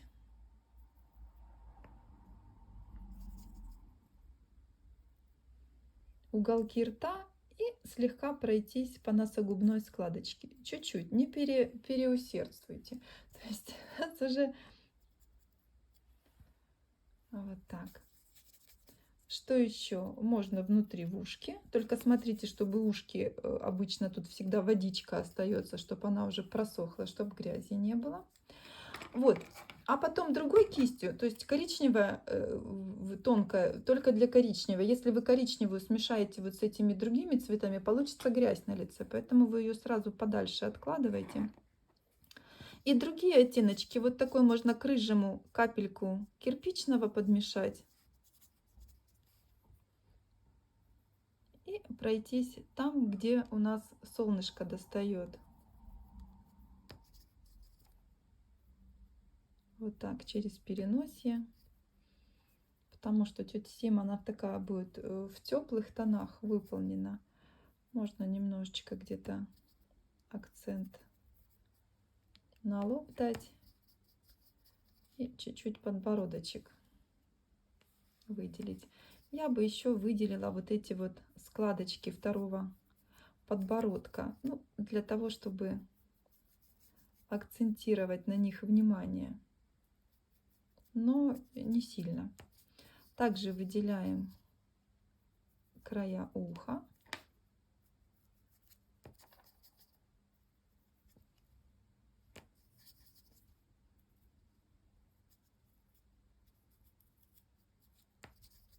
По периферии.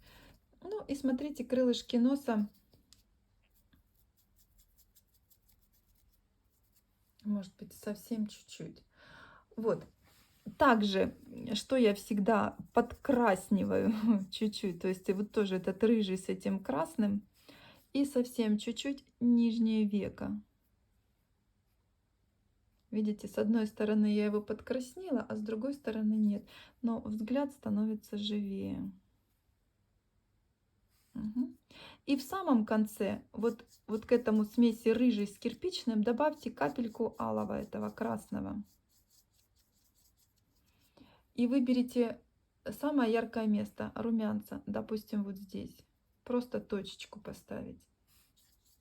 Не мажьте им все лицо, оно только акцентирует какое-то одно место. У нас тут на бородавку припала. Сейчас мы ее тогда больше выделим цветом. Ну, можете губы выделить еще. Вот, все. Ну и давайте еще бородавку более коричневую сделаем.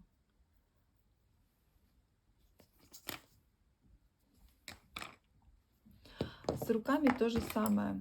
Руками вот этим рыжим и кирпичным мы выделяем все суставные поверхности. Суставные поверхности эти фаланговые суставы, пястные и лучезапястный сустав.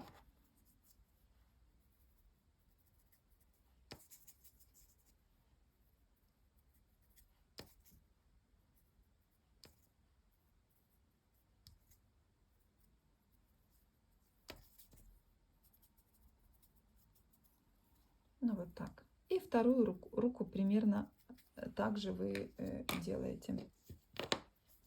Обязательно зафиксировать нужно будет пастель любым акриловым лаком, обязательно на водной основе.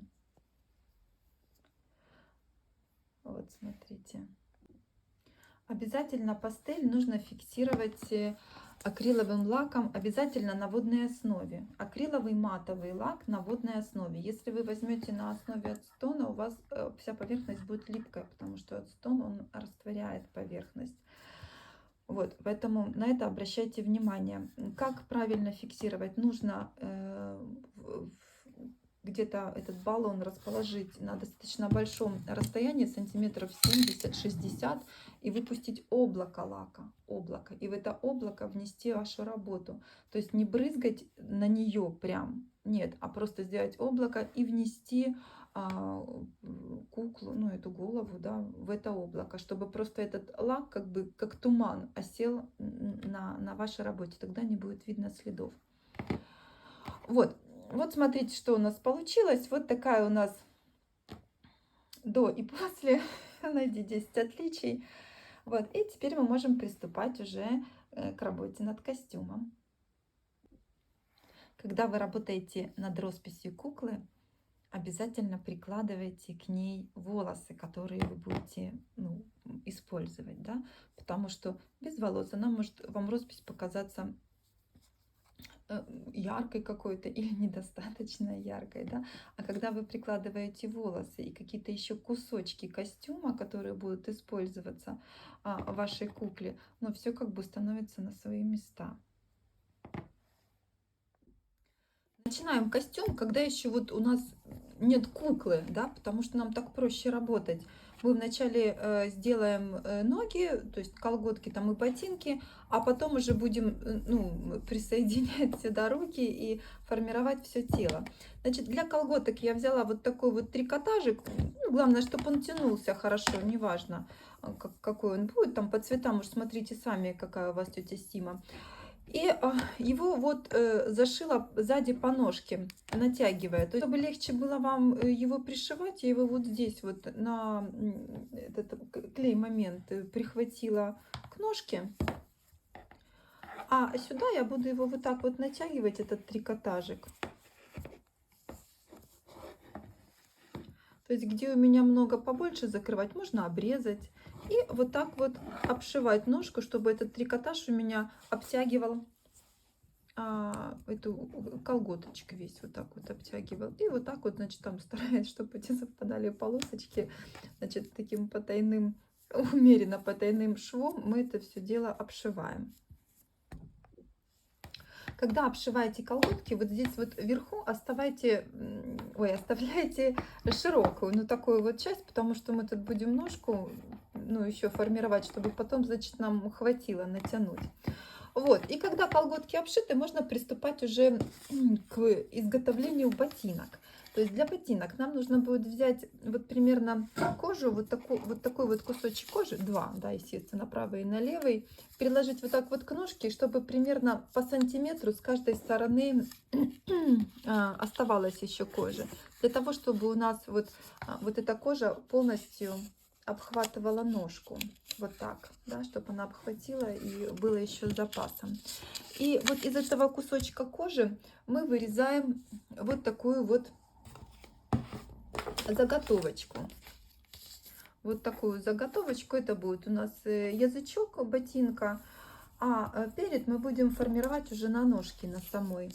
Ну и, конечно, по этой выкройке мы вырезаем из кожи. Желательно брать кожу тоненькую очень, такую вот, ну, идеально перчаточную, конечно, но уж какая будет. Вот я взяла на носочек вот такую кожу потоньше, а для задничка, вот выкройка задничка, взяла кожу немножечко потолще, которая, ну, у нее так хорошо тянется. Вот, и поставила здесь люверсы, маленькие пробелы. Люверсы ставятся вот таким инструментом. Ну, я таким ставлю. Есть специальные пистолеты, но я на эти люверсы 2-миллиметровые, я не нашла для них пистолета. Поэтому есть такая вот штучка, которая делаем дырочки. И вторая штучка, такой как звездочка на конце, ей расплющиваем вот эту саму штучку металлическую. Вот, можно, конечно, заменить, ну, хотя бы шилом и какой-то шестигранной отверточкой. Ну, лучше, конечно, найти специальное приспособление, удобнее, меньше брака выходит. Итак, делаем ботинки. Для ботинок нам понадобится клей ПВА, и мы всю нашу вот эту ногу, где вот ботинок, обильно смазываем клеем ПВА.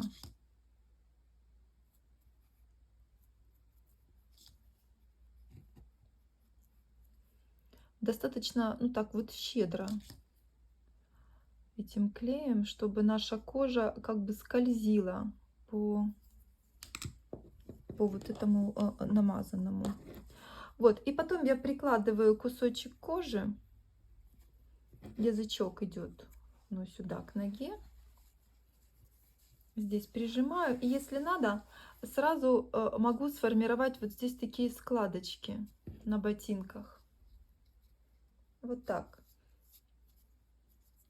И немножечко надо подождать, буквально там 10 секунд, чтобы этот клей ПВА пропитал кожу. От него кожа становится эластичной. Если вы будете приклеивать кожу, допустим, на суперклей какой-нибудь там, или момент, или кристалл, да, ну что-то такое, то кожа дубеет, и ее потянуть очень трудно. А мы будем вот прям этот кусочек кожи натягивать на ноге, как на болванке, а лишнюю просто срежем.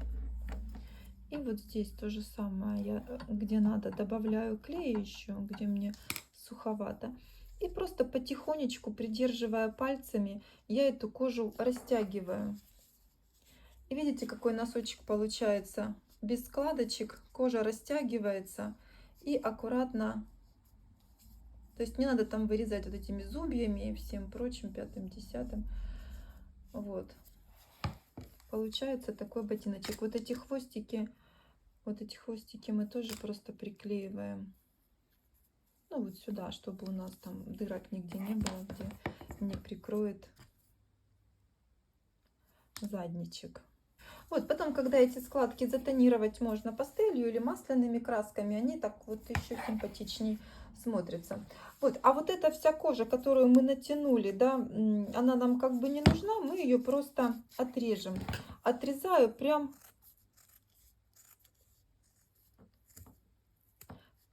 по границе вот этой вот картонки.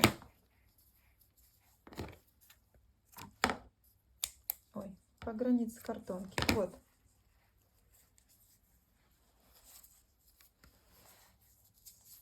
Ну и второй ботиночек точно так же наклеиваем вначале переднюю часть, а потом заднюю часть. Заднюю часть, вот эту пяточку, я промазываю, в принципе, только вот посерединке, по центру клеем. Ну и могу еще внизу кое-где пройтись, чуть-чуть прихватиться. Вот эту часть всю клеем не намазываю, чтобы, ну, мы потом могли там шнурочек вдеть и все такое, чтобы оно держалось уже на шнурке, как на настоящих ботинках. И вот я ее тоже прям сразу вот до подошвы вровень приклеиваю. Раз и два. Ой, задела камеру. Вот. Вот так. Пускай пока эти хлястики болтаются, мы потом проденем шнурочек. И последний момент — это подошва. Значит, с подошвой можно поступить по-разному.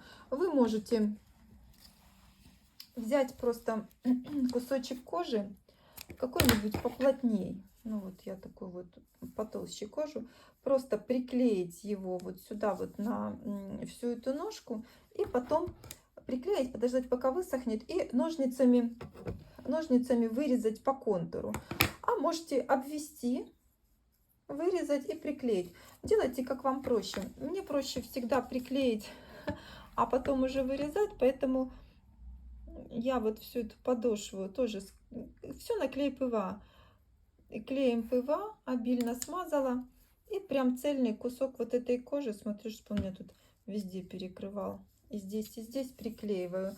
Подожду, чтобы он хорошенечко схватился. То есть, ну, надо время какое-то дать, может быть, там часик. Ну, то есть, можно пока заняться формированием тела, а потом уже обрезать. Добавим каркас для рук. Я беру проволочку вот такую, одножильная медная, 2 мм в диаметре, и добавляю ее вот сюда. То есть я ее буду вот так вот согнула по форме вот этого вот лучика, да, такого, и я ее прикручу. Чтобы легче было прикручивать, прихвачу вначале бумажным скотчем, так, чтобы она у меня никуда не убегала. И потом прикручу проволочкой. Зафиксирую. Вот. С одной стороны.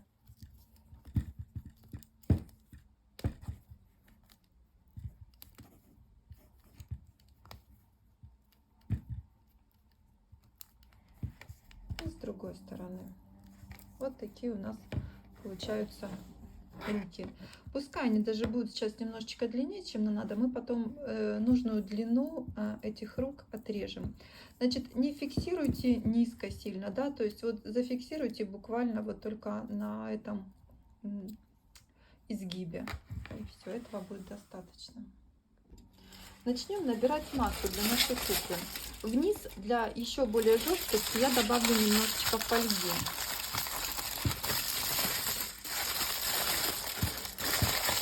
Просто беру, прорываю и формирую вот здесь такой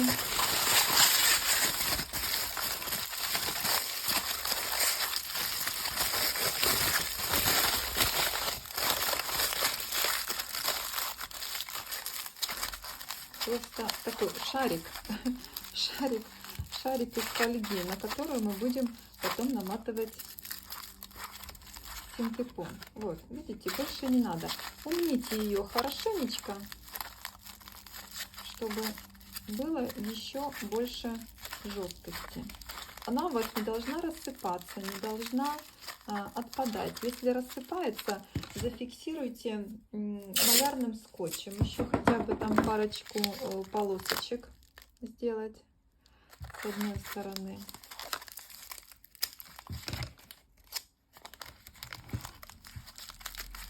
И с другой стороны. Все, и остальное будем набирать сейчас уже синтепоном. Синтепон я нарываю на вот такие вот полосочки, там по 10 сантиметров, 15 сантиметров. К этой фольге буквально в нескольких местах я капаю суперклеем. Вот эти колготки я спускаю вниз, чтобы они нам не мешали. И начинаю бинтовать нашу тетю Симу, собственно говоря, как мумию. Вот сюда пока не наматывайте много, мотайте пока под руками, а потом здесь сверху мы уже домотаем, сколько нам нужно будет. Пока все вот так вот под ручками мотаем.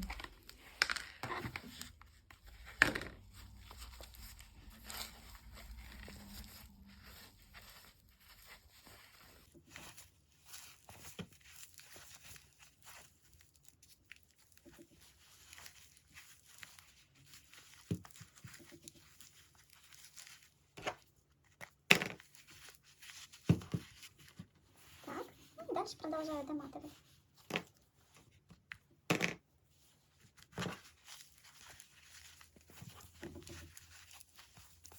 Мотаю достаточно плотно, немножечко так подтягиваю эту ленту, но не так, что, конечно, она там рвалась прям в руках, но чтобы этот объем немножечко сразу уходил. И мотаем. Вы можете, ну, значит, если умеете валять из шерсти, свалять, это подольше, конечно, займет времени. Можно сливер какой-нибудь взять, тогда фольгу не надо вовнутрь, то есть вы просто обваливаете вокруг каркаса. Так как наша тетя Сима богата не только щеками, да, но еще и грудью и попой, то вот я делаю такой вот комочек синтепона на место груди и попы, вот так вот стилизовано. Мы потом дальше, когда будем формировать ее тело, выделим более детализированно. Так, вот пока так прилепили, просто чтобы набрать какой-то объем. Я прям с помощью горячего пистолета все это дело клею. Можно с помощью клея, но тогда подольше подержать надо будет. Видите, какая конструкция. И наматываем еще рядочек синтепона, чтобы, значит, вот это все вместе подружить. Уже вот последние ряды синтепона я делаю так, уже вот в эту дырочку насаживаю синтепончик, хвостик один сюда подтягиваю, чтобы прихватить здесь внизу нашу попу. Пускай она сейчас такая бесформенная, как облако будет, но нам главное, чтобы был вообще какой-то объем, с чем работать дальше при формировании тела. Так. Ну, видите, такая шарообразная становится. И еще чуть-чуть доложу.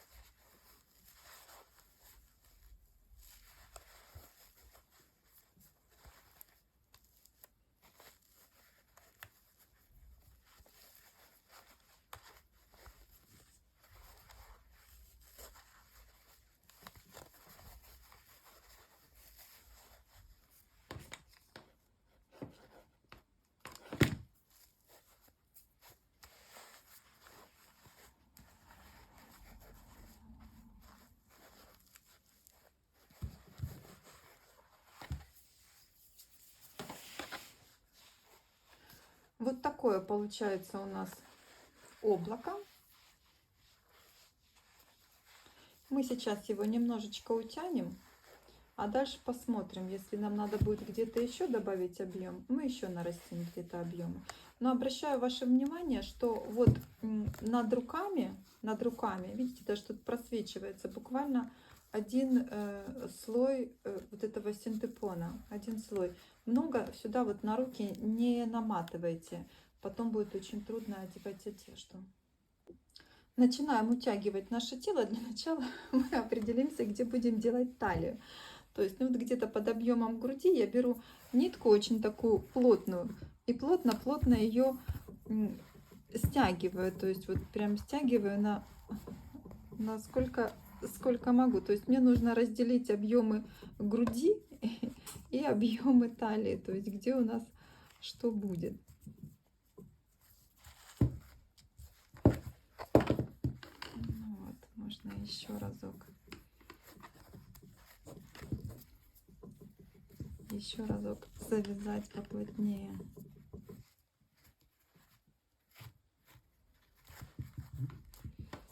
Так, вот определились с талией, как бы уже полдела сделано.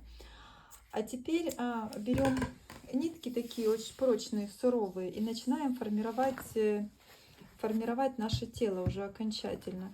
Кончик нитки нужно прихватить или клеем, или суперклеем, чтобы она у нас никуда, значит, не уезжала. И начинаем вот так вот уматывать. Нитка должна быть очень прочная, чтобы не рвалась, тогда вам будет намного проще. То есть я сделала пару туров вокруг талии. Теперь я начинаю формировать ноги. То есть я с усилием обматываю эту нитку, стягиваю, формируя тело. Я взяла специально такую нитку контрастную, черную, да, чтобы вам было видно. Вы же можете, конечно, использовать нитку тела. Ой, ну не тела, а этого, господи, синтепона белую. Перехожу на другую сторону. Периодически эту нитку, конечно же, фиксировать клеем или суперклеем, чтобы она не съезжала. Особенно, когда меняете направление. Вот такая получается. Дело в том, что у тети Симы у нее сразу начинается грудь. А потом, чтобы сделать саму грудь, я беру валик такой из синтепона, скручиваю, обматываю его вот так вот ниткой вокруг. И я его прилеплю, но уже чуть-чуть пониже. Видите, чтобы вот здесь грудь была вот так. А на попу тоже сделаю небольшой валик и еще тоже немножечко добавлю объемчика. И вот таким нехитрым способом будет наша тетя Сима появляться. Давайте капнем сюда. И вот так вот грудь прям крепим над животиком, куда она и попадает под действием силы гравитации. Вот. Вот такая получается наша грудь. Ну и попу тоже добавим чуть-чуть, чтобы было на чем посидеть.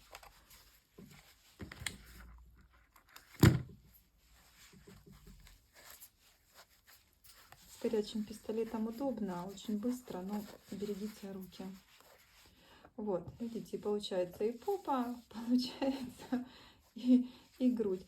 Ну и вот, и теперь все это дело можно собрать вместе.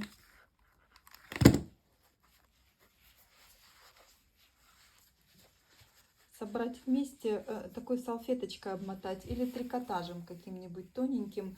Даже можно пошить такой небольшой чехольчик, но я буду просто обматывать.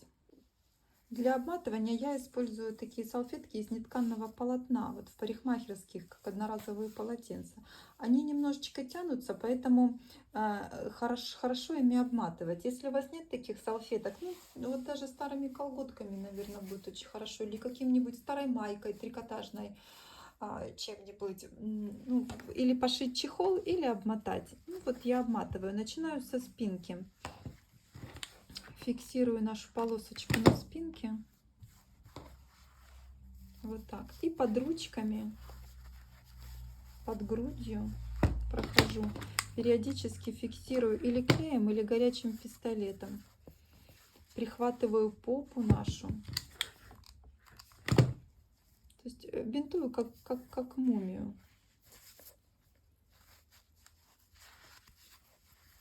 Вот так. Перехожу на бедрышко.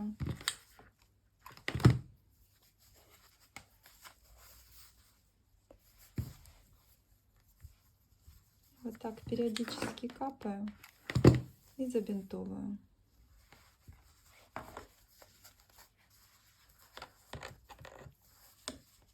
Теперь иду, выхожу с этой ножки наверх.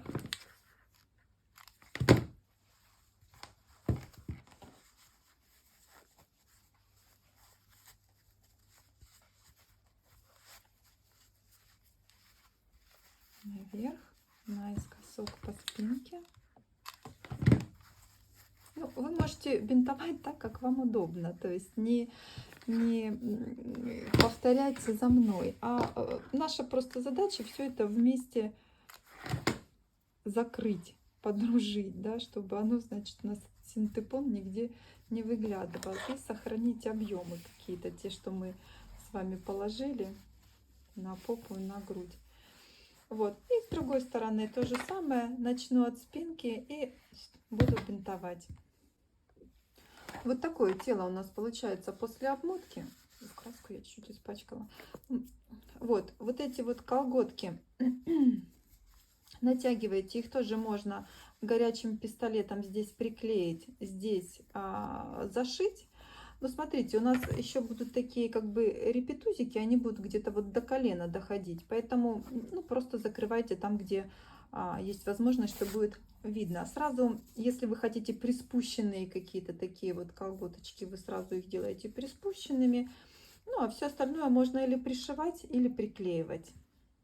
Обязательно после того, как вы вот эту всю намотали объем, приложите голову, поставьте голову, да, и поставьте тетю Симу, проверьте, чтобы она стояла, чтобы не было никаких там неприятностей. Вот, ручки мы тоже будем обматывать, ну, вначале мы определимся с длиной рук. Отмеряем длину рук. Нам надо, чтобы наши руки у тети Симы примерно они были на уровне, то есть пальчики заканчивались на уровне вот промежности. Вот так. Ну, естественно, желательно находились на одном уровне. То есть вы прямо распрямляете эту проволочку и одеваете через в эту дырочку вот эту проволочку. Просто примеряете, одеваете. И если эта проволочка длинная, да, вы ее откусываете, то есть как надо. Поэтому, когда вы делаете руки, лучше сделайте с запасом длину, а потом вот этот кусочек будете откусывать. У меня вот видите, так уже на автомате получилось, что они у меня практически нужной длины. Ну, может быть, там пару миллиметров я буквально откушу от этой проволочки и вставлю руку, чтобы она у меня была вот пальчики где-то на уровне промежности и заканчиваются, одна и вторая. Вот. Теперь, когда есть уже длина руки, вы фиксируете примерно, можно маркером нарисовать себе вот эту линию, где у вас ручка крепится. Снимаете и примерно видите, сколько в глубину эта рука у вас уходит. То есть вот эти там 1,5 сантиметра. И вот до этих 1,5 сантиметра вам нужно будет обмотать вот эту вот ручку. Сильно толсто руку не обматывайте и периодически капайте клей. Периодически капайте клей. Капайте именно клей, а не суперклей, потому что нам надо будет потом сгибать эту руку. Если вы... клей, а не горячий пистолет. Если вы будете вот сюда лить горячим пистолетом, то потом могут быть проблемы со сгибанием руки. А так как этот клей более-менее такой поддается потом сгибанию. Вот, вот так вы обмотали эту руку, где наша рука с нужной стороны. Вот, вот так достаточно. И вторую тоже. Штаны же шьются еще проще. У нас будет такая вот ткань. Главное, чтобы они вдвое сложены. Это тоже делаю выкройку. Да, будут штаны крепиться под грудью, поэтому определяю длину и оставляю еще там сантиметра полтора, чтобы подвернуть можно было. Вот. И нам главное вот это вот место посадки, чтобы мы не сделали короткую спинку. Вот здесь. Вот эту вот проймочку мы должны отметить. То есть так взять, поднять и примерно до середины вот этой вот попы отметить. Вот у нас получается, что так, талия.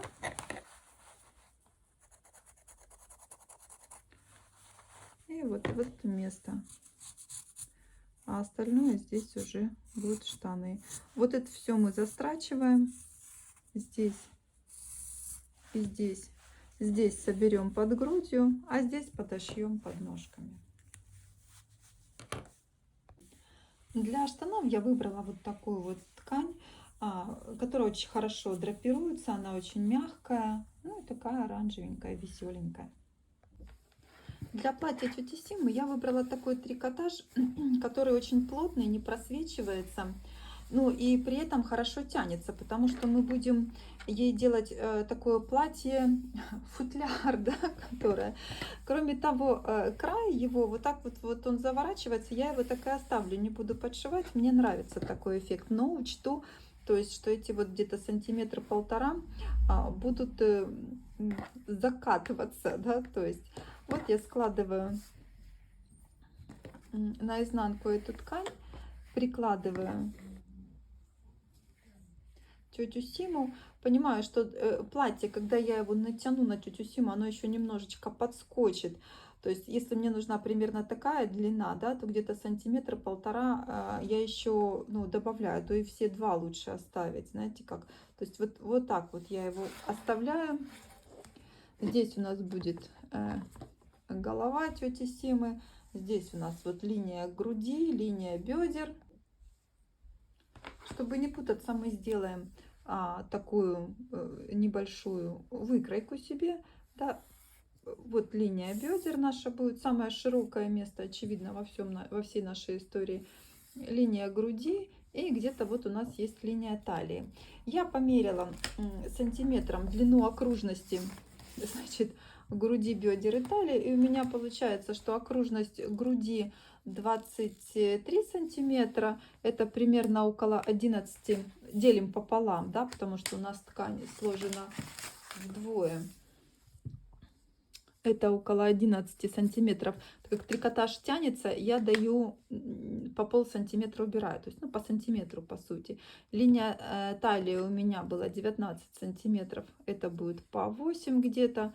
Да, и линия бедер была 26 по 13. Вот, и я провожу вот такую вот линию. Грудь, в надежде на то, что ткань потянется. Ткань потянется, и наша грудь немножечко тоже, объем останется все равно, но на нее натянется ткань. Вот такой вот конусом таким вот, да, как будто бы буду вот прострачивать. Вот здесь на верхушечке, на самой верхушечке, даже больше, наверное, вот так вот я, да, вот так вот к груди. Вот здесь вот наверху я оставлю небольшую дырочку для вот этого вот крючочка, то есть совсем маленькую, небольшую. Вот, перенесу эту выкройку на нашу ткань, прострочу и будем натягивать. Вот такая выкройка в конце концов у нас получается. А с рукавами очень просто. Я беру просто такие прямоугольнички. По длине эти прямоугольники должны быть длиннее, чем наши рукава, чтобы мы могли сделать сборочку, собрать. Главное, чтобы по ширине, когда вы будете сострачивать, вот здесь помещалась ручка, да, ну по обхвату, чтобы они не были очень узкие. И выкройка рукава будет выглядеть вот так. То есть мы сделаем круглую головку плеча, ну и на развороте вот так. То есть я буду просто складывать этот треугольничек лицом к лицу и прострачивать сразу головку. Потом вырежу и выверну. Все прострочено, выворачиваем, вырезаем, потом выворачиваем и одеваем. Вот одеты штаны, то есть здесь я их собрала в складке у талии, прям на горячий пистолет. Можете пришить руками. И внизу я их тоже подвернула, подшила и прихватила, значит, ну, к этому, к нашему мягкому телу, чтобы они, значит, там никуда не ерзали. Теперь, прежде чем одевать платье, нам нужно решить вот с местом одевания головы. Вот так у нас эта голова будет одеваться на тетю Симу. Вот, значит, я беру вот такую вот ленточку, ну, остатки тех салфеток, которыми мы делали обмотку. Горячий пистолет, жирненько. И вот эту вот нашу пимпочку, которая торчит, мы ее обматываем. То есть мы наращиваем толщину. Толщину так, чтобы наша голова входила плотненько. Еще чуть-чуть можно добавить, чтобы голова входила плотненько. И значит, там никуда она не крутилась, не вертелась. Нам надо, чтобы было плотное прилегание, чтобы вклеить потом эту голову, и она касалась краями вот этой нашей как бы а-ля шеи. Платье представляет такой вот чулок, да, шов сзади. Шов сзади. Нам нужно с вами отметить, где сделать прорези для рук, чтобы мы одели этот чулок. Ну и вот так вот прям берем этот чулок, руки к телу приставляем и натягиваем. Одели наше платье чулком вот на такую длину, чтобы у нас немножко и штанишки эти выглядывали. Вот, и теперь нам нужно сделать дырочки для рук. То есть вот я прощупываю, где начинается этот каркасик для рук. И в этом месте делаю небольшую надсечечку с одной стороны и с другой стороны. Надсечку делайте малюсенькую, потому что это трикотаж, и он может полезть. Можно даже сразу сделать надсечку, чтобы он дальше не лез, капнуть клея. Вот, маленькую. Снимаем теперь аккуратно наш чулок. Я, видите, руки заклеила, а концы проволоки, потому что царапаются и больно. Поднимаем наши ручки вверх, как порядочная тетя Сима одевать будет сейчас платьице. И вот мы эти ручки, значит, в наши надрезики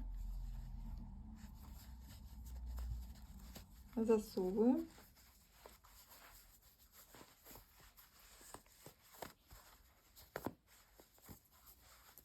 И натягиваем нашу красоту. Опускаем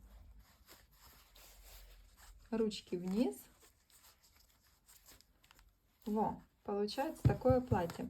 Воротничок вот этот вот подгибаем вовнутрь. Вот. И здесь такие складочки будут формироваться. Они нам помогут, значит, скрыть вот это место приклеивания головы. Когда мы эту голову оденем, то вот мы их чуть к голове тут прихватим клеем, и будет все красиво.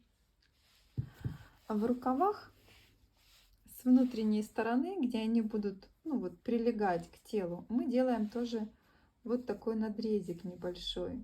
Только, ну, с внутренней стороны, с внешней стороны ничего нет, да, только та, которая прилегает.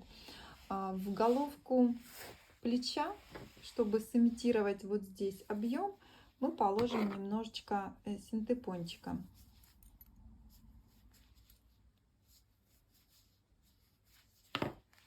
Вот так, чтобы было здесь не пусто. И одеваем рукав. Вот. Теперь нам остается только эту головку плеча подшить, ну вот здесь вот пришить к этому платью. Вот так. Такими же нитками в тон подшиваем. Потом отмеряем длину, какую надо. Я люблю, чтобы рукава были немножечко собранные. Вот такие неровные. Этот скотч уберу сейчас, который нас от царапин спасает. Одеваю руку. И вот получится вот такой рукавчик. Руки лучше всего вклеивать, ну или на такой какой-то типа момента кристалл, такой суперклей, или еще лучше на вот такой эпоксидный клей двухкомпонентный, чуть-чуть замешать и вклеить эти руки. Но уже вклеиваем руки, конечно, когда у нас все с рукавами закончено, мы просто их вклеиваем и даем им остаться. А сами будем заниматься, значит, прической и шляпой. Валяем колпачок для ведьмы. Нам нужен будет вот такой шаблончик, вот я беленький у меня есть, чтобы его было лучше видно, но мы его вырезаем из пупырчатой пленки или из чего-нибудь такого нетканого, что не приваляется к шерсти. Вот, и раскладываем шерсть черную, желательно равномерно, чтобы не было таких вот сильных просветов, и стараемся, чтобы наша шерсть примерно по 1,5 сантиметра выглядывала из-под края нашего шаблона. Так, можно немножечко лишнюю поубирать. Вот. Потом в центр этой композиции мы наливаем мыльную водичку. Это просто жидкость для мытья рук, обычное мыло жидкое с водой. Ну, буквально вот это пшик-пшик и водички налила немножко. Вот, наливаем в центр, стараемся, чтобы края оставались сухие. Кладем в центр наш шаблончик и подворачиваем вот этот вот край, который у нас выглядывает. Стараемся тоже вот этот край сильно не мочить, который подворачиваем, который сухой, да, чтобы он такой вот сухой у нас и оставался. Вот. Все в центр. И теперь вот на вот эту дырочку мы тоже укладываем еще один слой шерсти, так, чтобы она тоже выходила за края, ну, вот этой нашей шляпки. Ну, то есть вот как мы первый слой накладывали, так вот теперь мы выкладываем и второй сухой, чтобы он немножечко выглядывал. Стараться надо раскладывать эту шерсть равномерно, чтобы не было никаких дырочек. Вот разложили. Теперь я примну, чтобы пропиталась мой верхний слой, тоже чуть-чуть добавлю водички.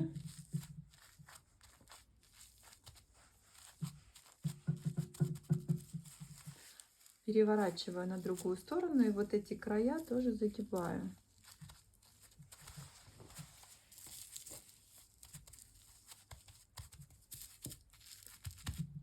Хвостик промокаю. Вот, тоже все на другую сторону. Вот, и теперь главное, чтобы все промочилось. У нас не осталось нигде ничего сухого. И начинаем сам процесс валяния. Первый этап. Нам нужно просто вот так вот гладить с одной и с другой стороны, еле-еле дотрагиваясь. Такая, знаете, сила нажатия, как будто ну, гладим что-то очень нежное, например, обожженную спину. Я все время вот так вот, когда сметанкой спинку может, еле-еле дотрагиваются, да, чтобы больно не было. Вот с такой силой нажатия мы наш колпачок тоже поглаживаем. Поглаживаем. Если вдруг он у нас начинает почему-то расползаться, значит, скорее всего, мы его очень сильно нажимаем, да, значит, надо еще полегче. И вот надо, чтобы у нас равномерно на всей поверхности появилась вот такая вот белая пена. В этой белой пене ворсинки шерсти между собой перепутываются и начинается процесс сваливания шерсти. Ну и вот так надо его, наверное, первые минут 5 погладить. Вот после 5 минут поглаживания, примерно 5, да, можно начинать немножечко этот колпачок по пленочке, по пупырышками вверх лежит пленочка, его вот так вот передвигать. Видите, еще больше пены образуется, еще значит, больше будет процесс валяния идти. С одной стороны, с другой стороны. Когда шерсть начнет уплотняться, вот вы прям почувствуете, она уже не будет так сильно отделяться от основной массы, да, можно уже прилагать такое усилие небольшое, то есть уже тереть, ну, немного надавливая. Если вы чувствуете, что расползается форма, теряется, да, вы вот такими движениями как будто бы вот сбиваете эту форму опять, вот чтобы она, эта форма, старайтесь, чтобы она облегала вот тут наш шаблончик, который внутри. Когда вы чувствуете, что уже можете тереть, ну, с таким достаточным усилием, и, значит, этот колпачок у вас под руками не расползается, а наоборот ткань, как бы, ой, ну, ткань, это шерсть уплотняется, да, такая плотнее становится, вы можете начинать его вот так вот сжимать. И в какой-то момент вы почувствуете, что вашему шаблончику, ну, то есть шерсть начала уже как бы собираться, как будто бы тесновато внутри. Тогда вы обрезаете внизу. Вот так. Достаете шаблончик изнутри. У вас получается вот такая вот шляпка. Сразу края подровняем. Вот. И надо еще какое-то время повалять эту шляпку. То есть ее можно вывернуть наизнанку. Можно еще вот так края повалять. Вот эти вот поуваливать. Когда шляпка увалена, примерно мы ее к нашей тете Симе все равно примеряем и смотрим, может быть, где-то надо подрезать, где-то она большая, то есть как это будет на ней смотреться, да. Вот. Если сильно получилась большая, можно в горячей воде ее подержать, она, как любая шерсть, сядет. Вот, если все в порядке, то вот я ее прям просто отжимаю салфеточкой, даже, ну, мыльную воду не выполаскиваю, и оставляю сушиться вот в таком вот положении. Готовим волосы для нашей тети Симы. Нам нужно будет ей сделать совсем немного волос, буквально 2 или 3 прядки, которые будут выглядывать из-под колпачка. Вот, но их все равно нужно подготовить, и я вам покажу, так как я готовлю волосы, ну, для всех кукол. Итак, вот волосы на шкурке покрашены обычной краской для волос. Вы приходите в магазин, смотрите, какой вам нужен оттенок или акция, на которую краску есть, и выбираете. Красьте все вот как в инструкции написано по использованию краски, все так же красьте. Я разделяю эту шкурку на вот такие полосочки по буквально 1,5 сантиметра, чтобы было удобней прокрашивать, потому что если красишь большой кусок на шкурке, это шкурка козы, да, то он равномерно не прокрашивается. Волосы человеческие красить легче, чем, чем вот такую вот козу, она гуще. Вот, вы отрезали пучочек небольшой волос, держите в нижней половине, плотненько, крепко держите, а густой расчесочкой прочесываете волосы в обратном направлении. Вот это вот все, что остается на расческе, это остевой волос, подшерсток, он нам не нужен. Если его оставить, то волосы, прическа выглядит крайне неаккуратно. Вот, поэтому все, вот этот весь подшерсточек мы убрали. А вот с этим волосом уже будем работать. Мы делаем из клея, можно момент кристалл, какой угодно, вот такую вот полосочку из клея. Берем наши волосы и кладем их вот на вот эту полосочку. Вот так. Нам нужно проклеить все кончики волос, чтобы они потом не выдергивались. Они были проклеены все держались вместе, так и работать проще, легче. Вот, и подождем, пока эти волосы, значит, высохнут. Высыхают они быстро, буквально 10-15 минут, то есть сколько этот клей высыхает. Голову мы вклеиваем так же, как и руки, на суперклей или на эпоксидный клей. Смазываем вот этот отросточек клеем и навинчиваем голову. Место прикрываем этой тканью складочкой. Ну вот, и будет она держаться, никуда не денется. Про вклеивание волос. Волосы, когда высохли, я снимаю их с файлика, отрываю, обрезаю ровненький край, чтобы был. Наношу несколько капелек клея прям вот сюда, совсем чуть-чуть, и приклеиваю, значит, нашу тетю Симу. Вот так, прям на голову по кругу. То есть мы вот так вот их приклеим, а макушечка останется все равно лысая, потому что нам под шапочкой, ну, собственно говоря, клеить нечего. Вот так поклеены волосы, видите, вот, ну, просто чтобы они, значит, были. А сама шляпа, она будет клеиться на горячий пистолет. Можно на горячий, можно на суперклей приклеить.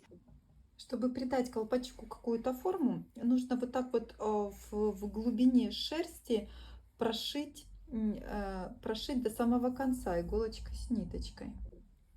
Вот мы зафиксировали ниточку, и вот прям в глубине этой шерсти я стараюсь так, чтобы эта иголка и нитка не выглядывали сильно наружу. Ну, в шерсти это легко сделать.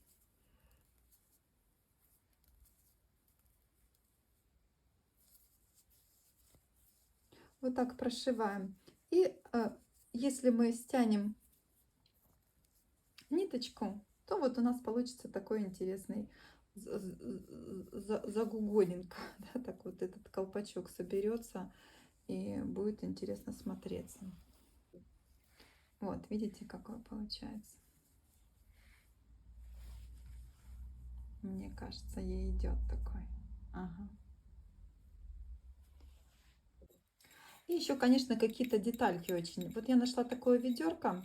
Я его прогрунтовала клеем ПВА. Сейчас я его покрашу просто какой-нибудь сиеной жженой, наверное, такой вот рыжей краской к штанам, чтобы подходило. И, наверное, затонирую как-то вот прищепочки повешу на шее тети Симе. А из ведра будет расти какая-нибудь поганка красивая. Вот давайте этим и займемся. Грибочки я делаю следующим образом. Для начала я делаю вот такие вот колбаски. Можно делать из ливендола тоже.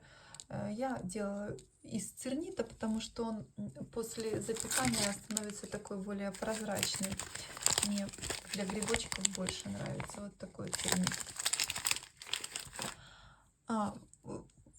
Делаю вот такие вот ножички, уже вот так их искривляю, вставляю проволочку и отправляю в печку, запекаю. Запекается он так же, как ливендол, при 130 градусах. Вот эту вот проволочку я вставляю, чтобы потом закрепить наши грибочки в ведерке. Вот я в ведерко вырезала вот такой брусочек из пенопласта, можно, полистирола можно, ну, в общем, чего-нибудь, куда можно втыкнуть. Потом будет вот так вот втыкнуть наш этот грибочек, обрезать там его по длине сколько надо, а сверху я там прикрою мхом или листиками или травкой какой-нибудь. Вот. А шляпки я делаю следующим образом. У меня такой, вот я сделала молдик. Можно из самозастывающей пластики, можно из запекайки. И цернит или ливендол, что-нибудь, что у вас есть. Надо его очень-очень хорошо, сильно размять и отжать на этом молдике. Если много надо делать грибочков, получается вот такая вот шляпочка симпатичная. Сразу, ну вот сейчас кусочек разомнем. Только надо очень-очень хорошо его размять, чтобы он был прям горячий такой. Тогда он без проблем снимется с того молдика. Вот на молдик мы его отминаем, чтобы вот эти вот края получались достаточно тонкими. И аккуратненько снимаем.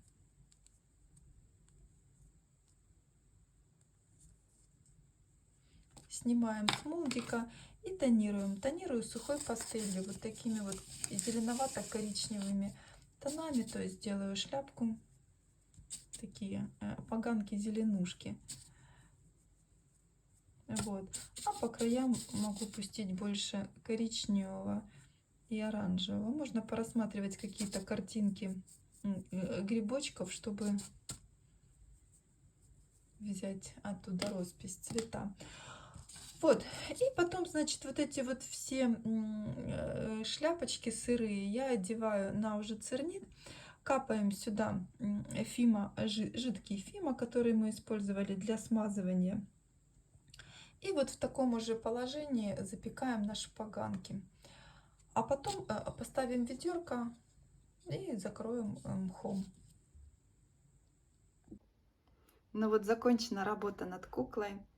Вот такая совершенно очаровательная тетя Сима у нас получилась. Такой у нее немножечко взгляд романтичный. Вот у нее здесь в ведерке поганочки, ножки умеренной кривизны.